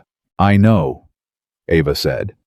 The 3247 is going to follow you into every assessment, every range session, every team exercise, Okafor said. It's going to be in the room before you walk in. Some people are going to want to see you match it. Some are going to want to see you fall short of it. Both sets of people are going to be watching you constantly. I know, Ava said again. Okafor looked at her. You're not worried, she said. No. Why not? Ava considered the question carefully. Because the people watching me are watching the record, she said. I'm not the record. The record is a thing that happened once under specific conditions because of 7 years of preparation. The preparation is still here. She touched the side of her temple briefly. The record isn't what I'm protecting, so what the watchers do with it doesn't affect what I'm doing. A long silence. Okafor picked up her coffee. Orientation is in 25 minutes, she said. Don't be late. No, ma'am, Ava said and stood. Carter. She stopped. Okafor was looking at her over the rim of her coffee cup. For what it's worth, she said. I read your father's file too. Ava waited braced. And then I read yours, Okafor said. And yours is longer. Ava felt something move through her chest, quick and warm, and gone before she could name it. Thank you, ma'am, she said, and walked out. The first week was designed, she understood immediately, to establish a baseline. Not a baseline of skill.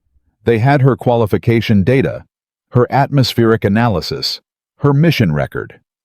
They knew what she could do with a rifle in her hands. What the first week established was something more fundamental and harder to document: how she operated inside a group under sustained pressure when the environment was managed by someone else and she couldn't control the variables. There were 23 candidates in her intake cycle who had made it past the initial screening. Of those 23, she was the only woman.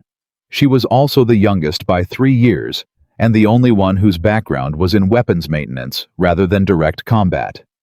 These facts generated 3 distinct reactions in the room. The first reaction was open respect. 4 or 5 candidates who had heard about the mission, who understood what 3,247 meters meant, technically, and who arrived at the assessment program with a preformed opinion that Ava Carter was someone worth watching in the right way. The second reaction was suspended judgment. The largest group, pragmatic professionals who had learned that opinions formed before evidence were operationally expensive, and who were going to wait and see before committing to any particular position. The third reaction was a man named Lieutenant Commander Brian Stokes. Stokes was 34 years old, 15 years in special operations, 2 silver stars, and a file that was genuinely impressive, and that he was aware of in the way that some people are aware of being tall, not arrogantly exactly, but as a background fact that shaped how he moved through rooms. He had completed 2 previous assessment cycles and been returned to active assignment both times on the basis of what the documentation called team integration challenges, which was the institutional way of saying that Brian Stokes was excellent at the individual components of his work and struggled with the concept that other people might also be excellent.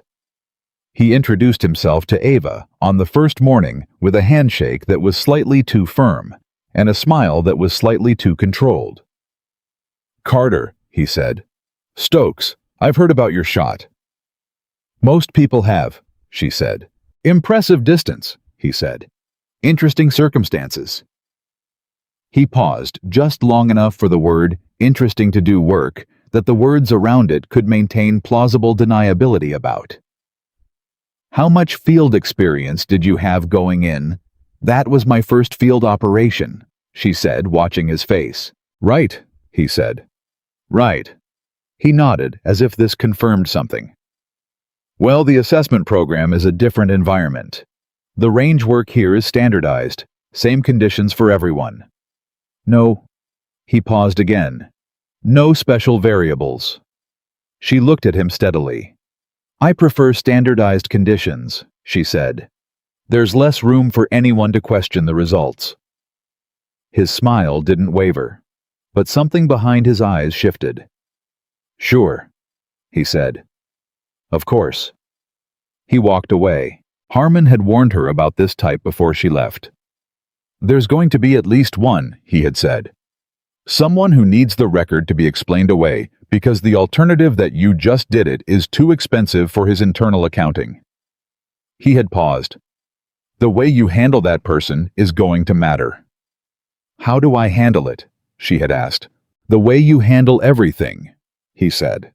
You out-prepare him, you outperform him, and you let the results speak at a volume he can't talk over. She had nodded. She had intended to do exactly that. What she hadn't anticipated was how much energy it would take to do it while simultaneously being excellent at everything else. Week 2 was when the range work started. Okafor ran it personally, which was unusual. Most of the technical assessment components were delegated to program staff. But Okafor had decided apparently that this particular intake cycle warranted direct oversight, and so she was present every morning at the long-range range with her clipboard and her coffee and her expression that gave nothing away. The standardized long-range protocol topped out at 1,800 meters. Ava hit every target at every stage on every session in the first week of range work. Not impressively, not with the kind of dramatic precision that made people stop and stare the way the Stage 7 qualification had stopped the room. Just cleanly, consistently, session after session, the way a person who has been doing a thing for a very long time does it when the conditions are comfortable. Stokes noticed. He noticed because he was underneath everything else, a skilled enough operator to recognize genuine competence when it was standing next to him, even when recognizing it was personally inconvenient. On the 4th day of range work, he shot next to her at the 1,500-meter station. He was good. She acknowledged that privately, without reservation. His fundamentals were solid. His wind reading was competent. His patience was real. He hit 4 out of 5 at 1,500 meters, which was above the program average. She hit 5 out of 5. He knew it. She knew he knew it. They both looked downrange at the same time, and for a moment the air between them was very specific. The air between two people who understand each other's capabilities and are in the process of revising their mutual assessments. Good shooting, he said. You too, she said. She meant it. He knew she meant it. Something shifted. It didn't resolve, not yet, but something shifted like a door that has been stuck beginning to move on its hinges. The 1,500 isn't your range, he said. None of these are particularly challenging, she said. Factually, not dismissively. But that's not the point of the exercise. What's the point? He asked. Consistency under observation, she said. Can you perform your baseline at the same level every day in a watched environment? That's the data they're collecting. He looked at her. You figured that out from the assessment design, he said. It wasn't quite a question. Day 2, she said. A pause. What else did you figure out? He asked.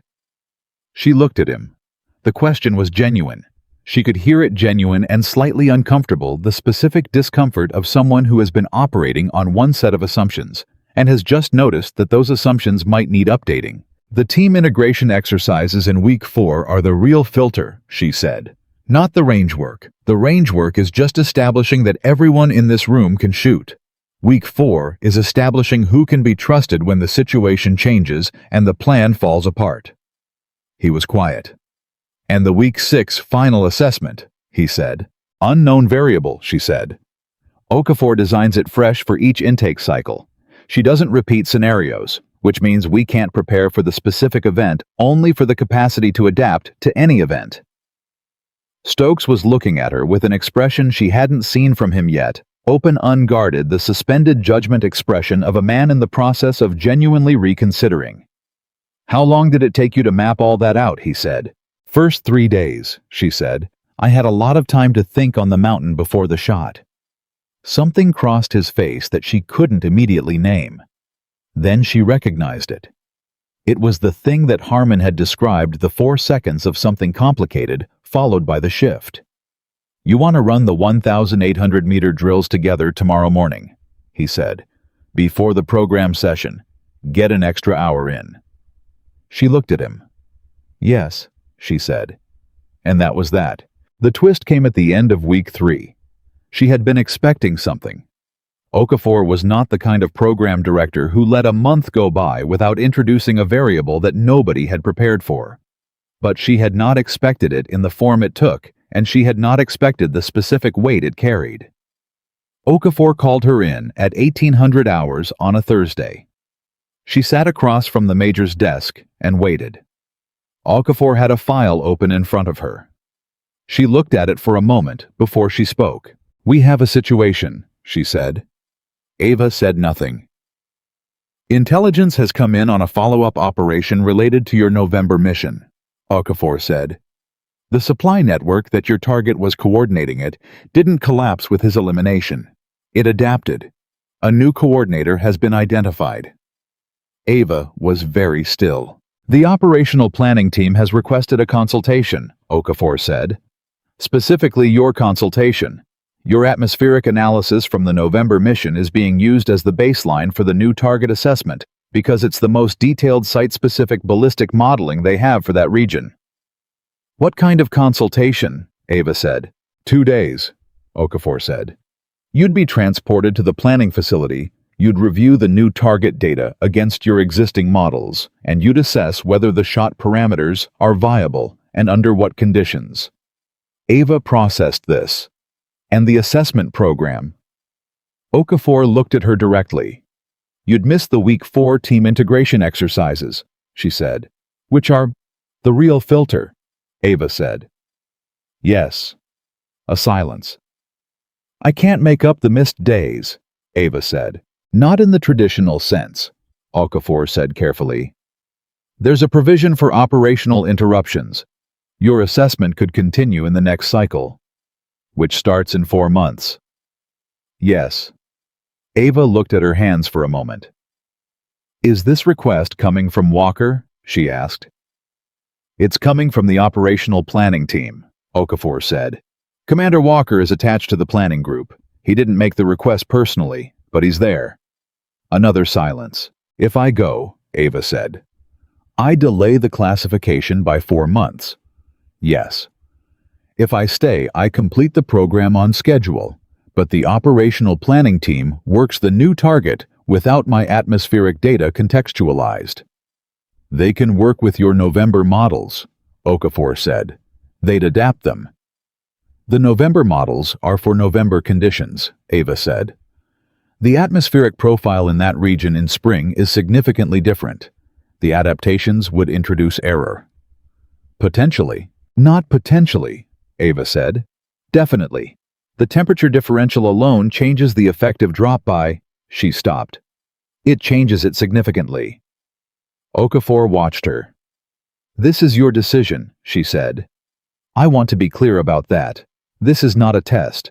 This is a real operational request and a real scheduling conflict, and there is no correct answer I'm holding in a drawer somewhere. You go or you stay, and both choices have genuine costs." Ava looked at her. "Is that true?" she said. "Or is it a test?" Okafor held her gaze. "It's both," she said after a moment. "Because in this work, they're always both. Real decisions always cost something real. The test is what you do with the cost." The room was very quiet. Ava thought about Harmon's words on the range in the dark. "The only person you're in competition with is the shooter you were yesterday." She thought about Cross writing a reference letter without being asked. She thought about Ethan Walker sitting in his quarters, reading her father's file, and writing 4 words at the top of his own report that weren't for anyone but himself. She thought about 7 years in the dark. She thought about what all of it had been for. Not the record, not the title, the work. "I'll go," she said. Okafor nodded. "I'll arrange the transportation," she said. "You leave Saturday morning." Ava stood. "Major." "Yes. The 4-month delay," she said. "It doesn't change anything." "What do you mean?" "I mean, I'll be back," Ava said. "And I'll complete the program. And the delay doesn't change what I'm building." She paused. "I just wanted to say that out loud." Okafor looked at her for a moment. "I know," she said quietly. "I know you will." She told Stokes that night. She found him in the common room going over his range data with the focused, slightly obsessive attention of someone who was also. She had come to understand the kind of person who couldn't let good enough alone, who also ran the recalculations, also chased the 2-inch error, also measured the gap between where they were and where they were going. She had been wrong about Brian Stokes. Not completely wrong. The competitive defensiveness was real. The years of letting reputation do the work that relationships should do was real. But underneath it, in the part of him that had shown up at 05:30 every morning for the last week, to run the 1,800-meter drills before the program session started, there was the same thing she had recognized in Harmon and Cross and Ethan Walker. Someone who took the work seriously enough to let it be more important than their pride. She sat down across from him and told him about the consultation request. He put down his pen. "The week 4 exercises," he said. "Yes." "You'll miss them." "Yes." He was quiet for a moment. "How are you about that?" he said. She thought about it honestly. "I'm not happy about it," she said. "I want to complete the program on the original timeline. I want the classification.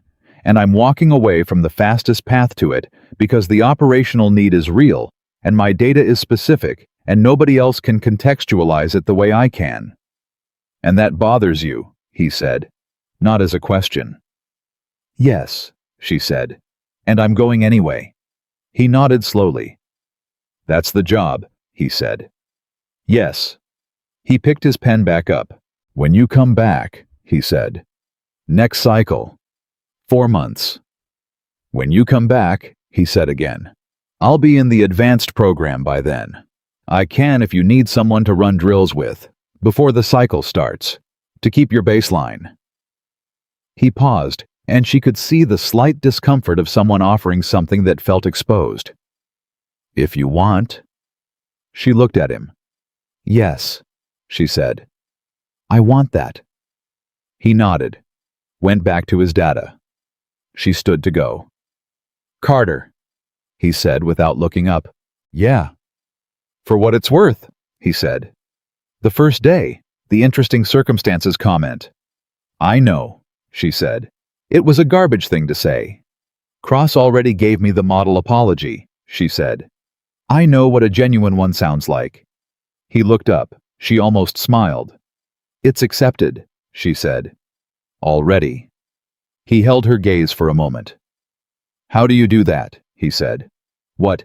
Not carry things," he said. "Things that most people would carry." She thought about it. "I carry them," she said. "I just carry them somewhere useful. I put them in the preparation, the calculation, the extra hour on the range." She paused. "They're all still there. I just know where to put them so they push forward instead of holding back." He was quiet. "Your father teach you that?" he said. She thought about it.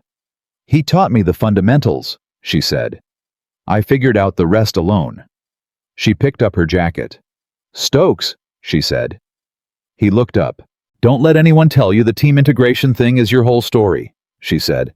"It's one chapter. You know what you're fixing. That means you're already most of the way there." He stared at her.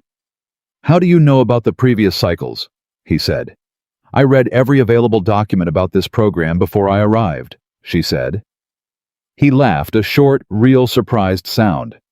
"Of course you did," he said. She walked out. Saturday came. The transport was a government vehicle, dark and unremarkable, that arrived at 0600 and waited while she loaded her single duffel and her notebook. She was the only person in the building awake at that hour or so, she thought. Okafor was standing outside the entrance when she came out. She had a coffee cup and her own expression and nothing else. "Major," Ava said. "Safe trip," Okafor said. Ava nodded and moved toward the vehicle. "Carter." She stopped. Okafor looked at her with those direct, unreadable eyes. "In 12 years of running this program," she said, "I have sent 11 candidates to operational consultations during their assessment cycle." Ava waited. "3 of them came back and completed the program," Okafor said. "The others found reasons why the delay made it impractical. New assignments changed circumstances, the momentum was gone." She paused. 3 out of 11. Ava met her eyes. "I'll be number 4, she said. Okafor looked at her for a long moment. Then she raised her coffee cup slightly, not quite a toast, not quite a salute, something in between, and said nothing. Ava got in the vehicle. As it pulled away, she looked out the window and watched the building get smaller. She thought about 4 months. She thought about the planning facility and the new target data and the atmospheric models she was going to build from scratch because the spring conditions would require it. She thought about Stokes at 0530 running the 1,800-meter drills in the dark. She thought about Okafor raising her coffee cup in the gray morning. She opened her notebook. She turned to a fresh page, and at the top in her small, precise handwriting, she wrote a single line. Not a calculation, not a ballistic table, not atmospheric data, just a line. A line that was for her alone the way the preparation had always been for her alone. She wrote, "The work is not finished. That means I'm not finished." And then she turned to the next page and started running numbers. Because the consultation was real, and the data had to be right, and there was exactly one person in the world who could build the models that were needed. And that person was already working. She was Ava Carter, and she had never once in her life waited for permission to begin. The planning facility was nothing like Coronado. Where Coronado had the structured, almost academic energy of a place designed to measure people, the planning facility had the compressed, forward-leaning urgency of a place designed to move them. People walked faster here. Conversations were shorter. The coffee was worse, and nobody commented on it because nobody had time to comment on anything that wasn't operationally relevant. Ethan Walker met her at the entrance. He looked the same posture, same economy of movement, same eyes that took in everything without appearing to take in anything. But something was different in the way he looked at her, and it took her approximately 4 seconds to identify what it was. He was relieved. Not that she had arrived safely, that was assumed, that was logistics. He was relieved that she was there, that she had come, that she had made the choice she'd made the way she'd made it without hesitation and without complaint. "Carter," he said. "Walker," she said. He almost smiled. "How's Coronado?" "Was Coronado," she said. "For now." "How was it?" "Good," she said. Until it was interrupted. He started walking, and she fell into step beside him. "The new target data is more complex than the November situation," he said, moving directly into it, the way he always moved directly into things. "The coordinator who replaced your target is operating from a different position in the same general region, but the topography is different. The ridge approach that gave us the November angle doesn't exist for this target." "What does exist?" she said. "A valley approach. Longer exposure window, potentially 12 to 15 seconds. But the atmospheric profile through the valley is going to be significantly more variable than the ridge was. Multiple temperature layers channeled wind potential for thermal activity in the afternoon hours." "Spring conditions," she said. "Yes. Which is why your November models are useful as a baseline, but not as a working document." "I know," she said. "I started rebuilding them on the transport." He stopped walking, looked at her. "You started rebuilding them on the transport," he said. "I had 4 hours," she said. I needed something to do. He stared at her for one more second. Then he started walking again. The planning team is going to want to brief you at 0900, he said. Before that, I want you to look at the raw data independently, without their framing, because the team has been working this problem for 3 weeks, and they have a working theory about the optimal shot position, and I want your analysis before their theory has a chance to shape it. She looked at him sideways. You think their theory is wrong, she said. I think their theory is incomplete, he said. I think they don't have the atmospheric modeling expertise to account for the valley conditions accurately. And I think when you look at the raw data, you're going to tell me something they haven't thought of yet. She was quiet for a moment. No pressure, she said. Every pressure, he said. But you already knew that when you got in the vehicle Saturday morning. She absolutely had. The raw data took her 6 hours. She worked in a small room with 3 monitors, a stack of atmospheric sensor readouts from the valley over the previous 4 weeks, and the topographic mapping that the advanced team had compiled.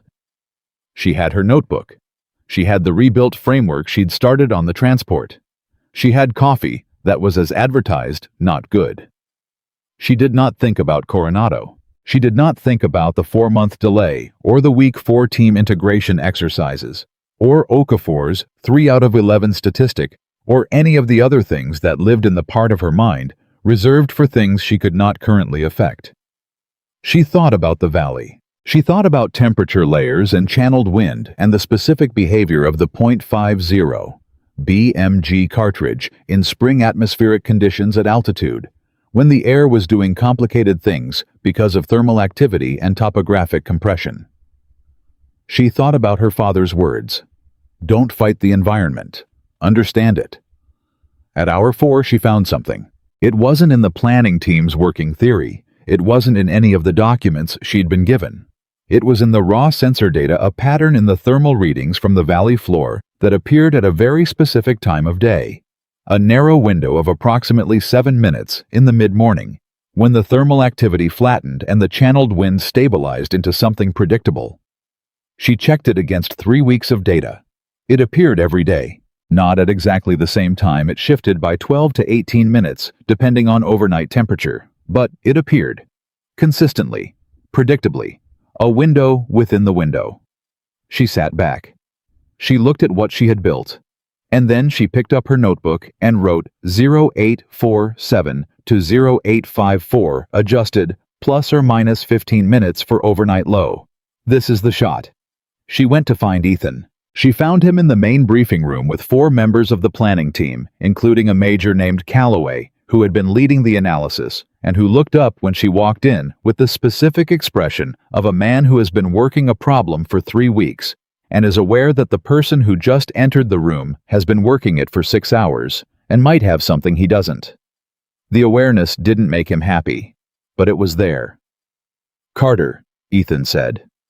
What do you have? She put her notebook on the table. She walked them through it. The thermal pattern, the stabilization window, the specific atmospheric conditions that created it, and why they were consistent. Why the mid-morning timing was operationally significant.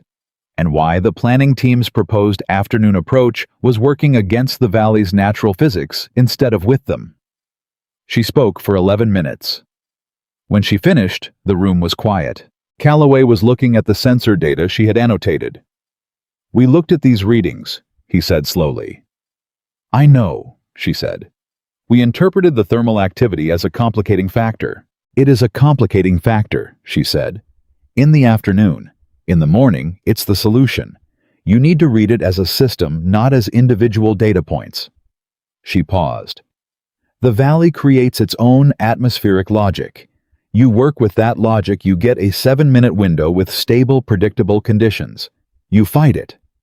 She paused. You get what your current plan produces. Variable conditions, unpredictable drift, higher error margin. Calloway looked at Ethan. Ethan was looking at Ava. How confident are you? Calloway said. In the thermal pattern completely, she said. It's in 22 consecutive days of sensor data. It's not an anomaly, it's a feature.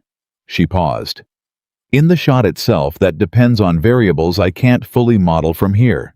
The barrel, the ammunition batch, the shooter's ability to read the thermal transition as it's happening in real time, because even within the stable window, there's going to be micro variation that requires in-the-moment adjustment. The shooter, Calloway said. And then because he was a man who said what he was thinking even when the room made it uncomfortable. Are you offering to be the shooter? The room got very still. Ava looked at him steadily. No, she said. Because I'm in the middle of a classification program, she said. Because the decision about who shoots belongs to the operational commander, not to the analyst. And because, she paused. Because what I'm offering is the atmospheric analysis. That's the specific thing I have that nobody else in this room has. The shot itself, that's a separate question. Calloway nodded slowly. Ethan said nothing, but she felt him watching her, and she knew that he had heard the distinction she was making, that she was not positioning herself for the mission, that she was offering the thing that was genuinely hers to offer, and declining to reach for the thing that wasn't hers to claim. That discipline, that precision about what belonged to her and what didn't. He had watched her apply it in the other direction too, claiming fiercely what was hers, refusing to let anyone attribute it elsewhere. The discipline worked in both directions, and it was the same quality in both cases. She knew what she was. She knew what she had. She knew what she was offering. That was everything. The briefing with the full planning team happened the next morning. Calloway presented the revised analysis, her thermal window, her atmospheric modeling, the shift from afternoon to mid-morning timing with the careful professional attribution of a man who understood that good data had an author and that pretending otherwise was operationally stupid, because it meant the person who understood the data best wasn't in the room when questions came up. He cited her by name 4 times. She sat at the table and said nothing except when a question came up that required her specific knowledge, and then she answered it directly and completely and sat back down. After Ethan found her in the hallway. Calloway cited you, he said. I noticed, she said. You expected him not to. I wasn't sure either way, she said honestly. I've had experiences in both directions. Ethan nodded. The operational plan is being revised, he said. The morning window is now primary. They're going to need 2 more days of site-specific sensor data to confirm the thermal pattern holds under current conditions before the mission goes to approval. It'll hold, she said. I know you believe that. I know it'll hold, she said with the quiet certainty that was not arrogance, but precision, the voice of someone who has looked at 22 days of data and understands what she's seeing. He looked at her. Go back to Coronado, he said. She blinked. What? You've given them what they need, he said. The analysis is complete. The revision is underway.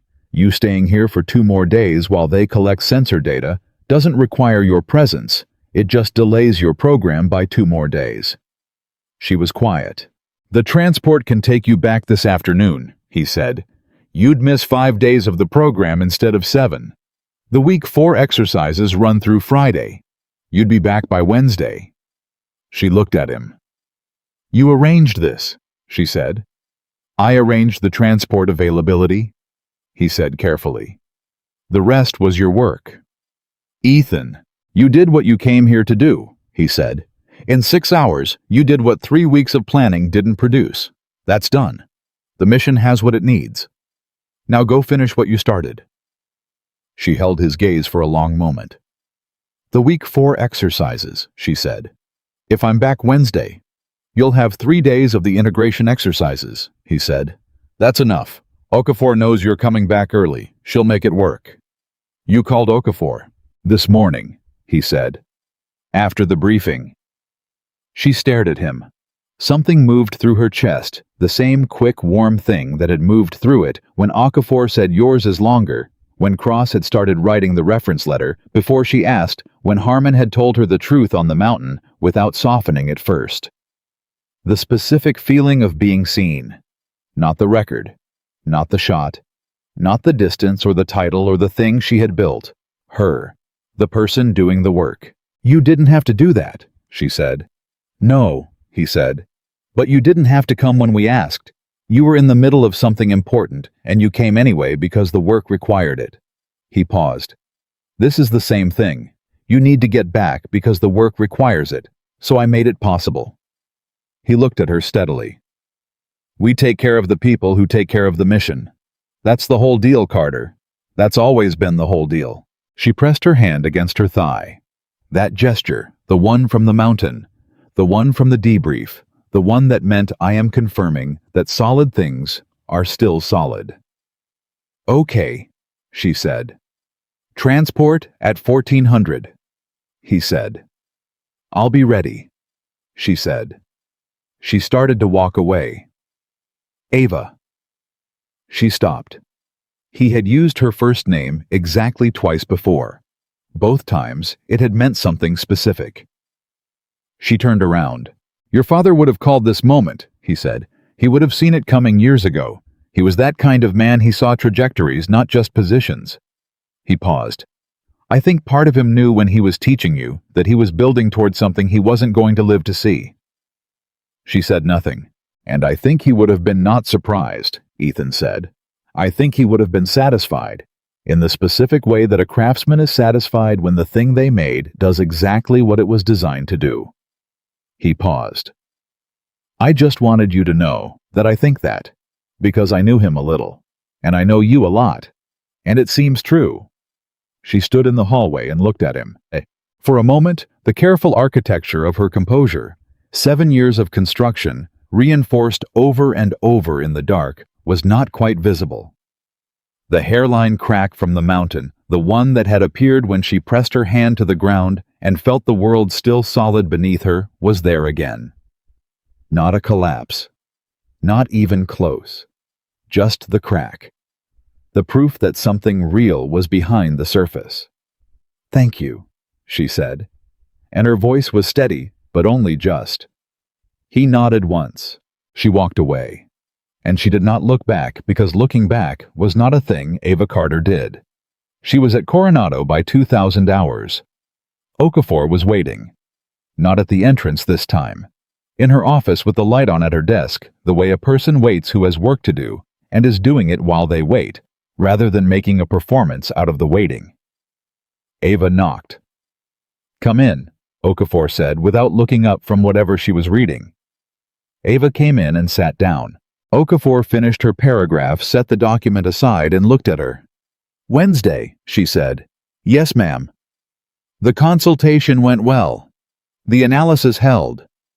Calloway sent a note, Okafor said. He doesn't do that. In 7 years of operational consultations from this program, Calloway has never sent a note about a candidate. Ava said nothing. He said, and I'm quoting. Okafor picked up a printed email. Candidate Carter's atmospheric analysis represents the most operationally significant independent contribution to a mission planning process I have observed in my career. She identified a critical variable that 3 weeks of team analysis missed, communicated it clearly and without ego, and declined to position herself for operational advantage she wasn't entitled to. She is exactly what this program is supposed to produce. Okafor set the email down. End quote. The room was quiet. He wrote that, Ava said. He wrote that. Okafor confirmed. Another silence. What happens now? Ava said. You complete the program, Okafor said. You participate in the remaining week, 4 exercises starting tomorrow. You do week 5 and week 6. You complete the final assessment. She paused. And then we talk about your classification. And the note from Calloway. Okafor looked at her carefully. It goes in your file, she said. What you do with that file after you're classified is your business. But you should understand that your file at this point is not the file of a candidate. It's the file of a fully operational asset who happens to still be in a classification program. She paused. That distinction matters. It's going to shape what kinds of assignments you're eligible for when this is done. Ava absorbed that. Okay, she said. Get some sleep, Okafor said. Tomorrow is early. Ava stood. Major? Okafor looked up. 3 out of 11, Ava said. You told me that on Saturday morning. The candidates who came back after operational interruptions and completed the program. Yes, Okafor said. I'm going to be number 4, Ava said. Okafor held her gaze. I know, she said. I knew that when you got in the vehicle. The week 4 integration exercises were everything Cross had warned her they would be. Not technically demanding. Not physically brutal, but something harder than either of those things. Something that required a quality of attention to other people that was different from the attention required for a long-range shot, which was ultimately an interior act, a conversation between one person and the physics. Team integration required you to be interior and exterior at once, to know yourself completely while simultaneously being calibrated to 6 other people. Their pace, their thinking, their breaking points, their specific strengths, the things they needed before they knew they needed them. Ava discovered over 3 days of exercises that she was better at this than she had expected. Not because she was naturally sociable, she wasn't. She knew that about herself without regret. She was wired for the interior work, for the solo calibration, for the long hours of silent preparation that other people found lonely and she found clarifying. But 7 years of watching other people, of being the invisible person in the room, the one everyone looked past, had given her something she hadn't recognized as a skill until now. She knew how to read people. She had been doing it unconsciously for years, reading the room to understand where the skepticism was, where the openness was, who was operating from fear, and who from confidence, who was performing, and who was genuine. She had developed it as a survival skill and discovered in the field team exercises that it was also an operational one. On the second day, during a simulated extraction exercise that had gone wrong in exactly the way Okafor designed exercises always went wrong, suddenly, specifically, and in the direction nobody had prepared for, Ava had been the one to identify that their team leader, a candidate named Rourke, had gone quiet in the specific way that meant overwhelmed rather than focused, and that someone needed to provide structure without taking authority. She had done it with a question. Just a question. Rourke, what's your read on the Eastern approach? Spoken in a tone that was genuinely asking, not prompting, not rescuing, not taking over. And Rourke had answered, and the answer had reorganized his own thinking, and the team had moved. Afterward, the program observer, who had been documenting the exercise, found Ava and said, "That question, did you plan it?" "No," she said. "But you knew what it would do." She thought about it honestly. "I knew what he needed," she said. "The question was just the vehicle." The observer wrote something down. She didn't ask what. Stokes came back into her life at the end of week 5.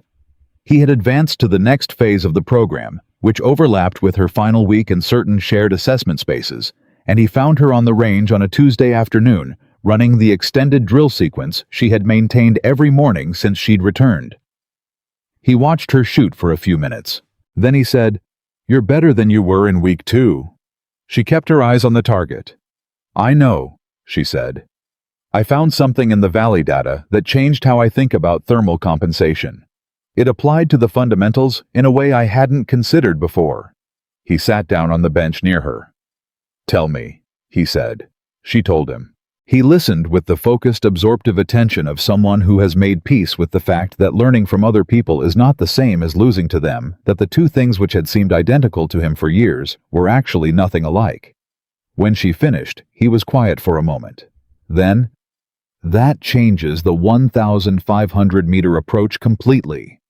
"Yes," she said. "In thermal conditions, yes." "God," he said, not quite to himself. And then, "You're going to pass the week 6 final, Carter." "I know," she said. "I mean, I know you know. I just—" He paused. "I wanted to say it out loud, because I was the person in week 1 who showed up with assumptions, and I want to say out loud clearly that I was wrong about what I was assuming." She lowered the rifle and looked at him. "Brian," she said. His first name. She'd used it twice before. You weren't the first. You won't be the last. And you course-corrected faster than most. She paused. That matters more than the starting position. He looked at her. You know what you are, he said. What? You're going to be a hell of an instructor someday, he said. That's not a lesser thing than what you're doing now. I think that might actually be the bigger thing. She was quiet. She thought about that. Not about whether it was true, she didn't know yet whether it was true, but about the fact that someone had said it clearly to her face without qualification.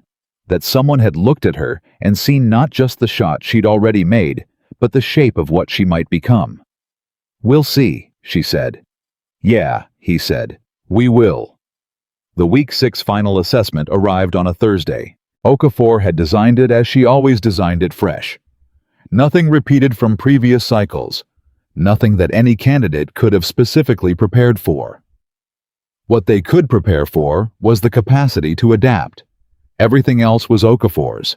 The scenario was this: a 3-person team, a target package with incomplete information, a decision point that would require the team to choose between 2 approaches with different risk profiles, and a final individual component that each candidate would face alone. Ava was paired with 2 candidates she knew well by now, a woman named Torres, who was the best tactical thinker in the intake group, and a man named Enberg, who was quiet and precise and had the specific quality of someone who got better under pressure rather than worse. The team component went well. Not smoothly, it wasn't designed for smooth. But they navigated the decision point together. They allocated their roles correctly. They communicated with the specific clarity that comes from 5 weeks of learning exactly how the people next to you think, and when the scenario threw the unexpected variable at them, which it always did, which everyone knew it would do, but nobody could prepare for. Specifically, they adapted. Torres adapted fastest. Ava adapted most completely. Enberg caught what they both missed. It was the best kind of teamwork, the kind where the sum is visibly, measurably larger than the parts. And then, it was the individual component. Okafor delivered it personally to each candidate separately, in a room, with no one else present. She sat across from Ava at a plain table. She had nothing in front of her, no document, no assessment rubric, no clipboard. She just looked at Ava for a moment.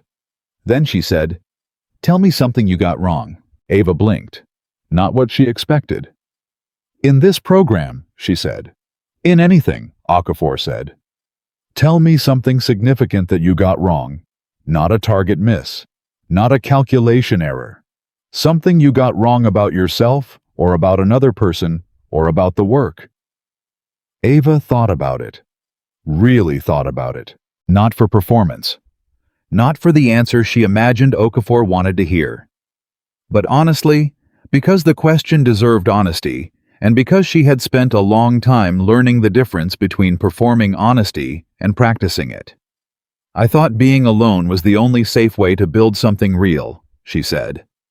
"I thought that if anyone else was present for the preparation, if anyone knew or watched or participated, it would contaminate what I was building, make it partially theirs."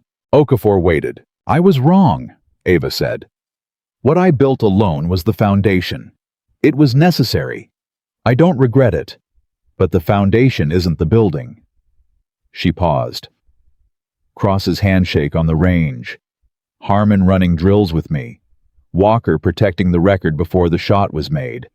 Calloway citing my name 4 times in a briefing he could have run without attribution. She paused again. Stokes at 05:30 in the dark. She looked at Okafor. "I built something alone, and then I found out that what I built was stronger with people in it. Not weaker. Stronger." Silence. "And that took you by surprise," Okafor said. "Yes," Ava said. "More than the shot did." Okafor was quiet for a long moment. Then she said, "One more question." "Yes." "If you could go back," she said. "If you could tell 19-year-old Ava Carter standing at her father's graveside one thing, what would it be?" Ava held that question. Held it the way she held a breath before a shot. The way she held anything that mattered. "I'd tell her that the work is real," she said finally. that everything she's about to build is real, that the years in the dark are going to count, that the preparation is going to be sufficient. She paused. And I'd tell her... She stopped. Okafor waited. I'd tell her that she's allowed to let people see it when it's done, Ava said. That letting them see it doesn't make it theirs. It makes it real in a different way, a way she doesn't know yet. Her voice was very steady. I'd tell her that the part that comes after the silence is also worth building toward. Okafor looked at her for a long time. Then she picked up a pen from her pocket. She opened the assessment document that had been face down on the table, the one Ava hadn't noticed because she'd been focused on the conversation. She wrote something. She turned it face down again. You'll have your results in 48 hours, she said. Standard protocol. Ava nodded and stood. She was almost at the door when Okafor said, Carter. She turned. Okafor was looking at her with those direct, unreadable eyes. The thing you said, she said. About letting people see it. About it making it real in a different way. She paused. Write that down somewhere. Not in your atmospheric notebook. Somewhere you'll find it when you need it. Ava looked at her. Yes, ma'am, she said, and walked out. The 48 hours passed. She ran drills. She reviewed data. She had 2 meals with Torres and 1 long conversation with Stokes about the nature of team integration challenges and how they were almost always about ego management rather than skill gaps. She slept 7 hours each night, which was more than she usually slept, because she had decided that preparation included rest, and she was going to prepare correctly. And then Okafor's assistant knocked on her door and handed her an envelope. She sat on her bunk. She held the envelope. She did not open it immediately. She thought about 19 years old. She thought about an empty range in the dark. She thought about a notebook full of numbers that nobody had ever seen. She thought about 7 years of silence and preparation and the specific faith of someone who builds toward a thing they cannot guarantee. She thought about her father's voice. Talent means nothing without discipline. The person who keeps learning will always defeat the person who only depends on reputation. She thought about her own voice, the one she had found somewhere in the middle of all of it. The one that said, "This is mine." The one that said, "I know." The one that said someone has to make the impossible possible. She opened the envelope. She read the single line at the top of the assessment summary. She read it twice. Then she set the document down on the bunk beside her and pressed both hands flat against her thighs. The gesture from the mountain, the gesture that meant the world is still solid. The world held together, the real things are still real. She sat like that for a moment. Just a moment. And then she picked up her phone and called Ethan Walker. He answered on the second ring. "Carter," he said. "I passed," she said. A silence. Brief. Dense with the specific weight of a man who had been waiting for this particular phone call since the morning he watched her walk through the qualification and understood what he was looking at. "I know," he said. "You don't know," she said. "You hoped." "No," he said, and his voice was the most certain she had ever heard it. "I knew. I've known since stage 7 on the qualification range. I was just waiting for the document to catch up to the fact." She said nothing for a moment. "Walker," she said. "Yeah. What comes next?" He was quiet for a moment. "That's your question to answer now," he said. "Not mine. The classification opens the doors. You decide which ones you walk through." She looked at the document on her bunk. Primary Operator Classification. Sniper Designation. Ava Carter. "I want to come back," she said. "To your team. Operational capacity." "I was hoping you'd say that," he said. "And then," she said. "After..." She paused. "Okafor said something. About instructors." "She told me," he said. "She called me the night of the week 4 exercises." "She called you." She said, and I'm quoting, "Your candidate is going to teach people things this program hasn't figured out how to teach yet." He paused. "I told her I already knew that." Ava pressed one hand against her thigh again. "I'm going to need a new notebook," she said. He laughed. "A real one, brief and warm. Get a whole case of them," he said. She almost smiled. "Walker." "Yeah. Thank you," she said. "For everything. All of it. The qualification, the mountain, the record, Morse, Haynes, the transport, Callaway. All of it." A pause. "Don't thank me," he said. "You did the work, every piece of it. I just made sure the door was open when you got there." She was quiet. "Then thank you for the door," she said. "Always," he said. And she meant it in the way she meant most things now, fully, without reservation, without the old, careful architecture of a person who had learned to mean things only in the dark where no one could see. She hung up. She sat on her bunk in a room at Coronado, with the document beside her, and both hands pressed flat against her thighs, and she thought about all of it, the whole long shape of it, from the empty range in the dark to the mountain, to the valley, thermal data, to this room, this moment, this document with her name on it. She thought about what she had told Okafor. The part that comes after the silence is also worth building toward. She had not known that when she was 19. She had not known it when she was 22 or 24. She had known the work. She had known the preparation. She had known the faith that the preparation required. But she had not known the specific, irreversible, undeniable reality of arriving at the thing you built toward and finding that it was real, that the foundation held, that the building stood, and that the people who had helped you build it were still there, still in it, still part of the structure. She had not known that this was what it felt like. To have done the impossible and survived it. To have kept the work and found the people. To have become not what anyone expected, not what anyone defined, not what the categories permitted, or the titles described, or the records measured. To have become exactly, completely, irrevocably herself. The range, the mountain, the valley, the envelope. All of it hers. Every calculation, every correction, every hour in the dark, every shot, hers. Ava Carter picked up her notebook. She turned to the page where she had written, "The work is not finished." "That means I'm not finished." She read it. Then she turned to the next blank page. And she began. Because she was Ava Carter, primary operator, sniper designation record holder, daughter of Daniel Carter, and architect of everything that came after him, and the greatest distance she had ever crossed was not measured in meters. It was measured in the years between who she had been told she was and who she had always, from the very beginning, already been. And she had made that shot too. Clean. Complete. Hers.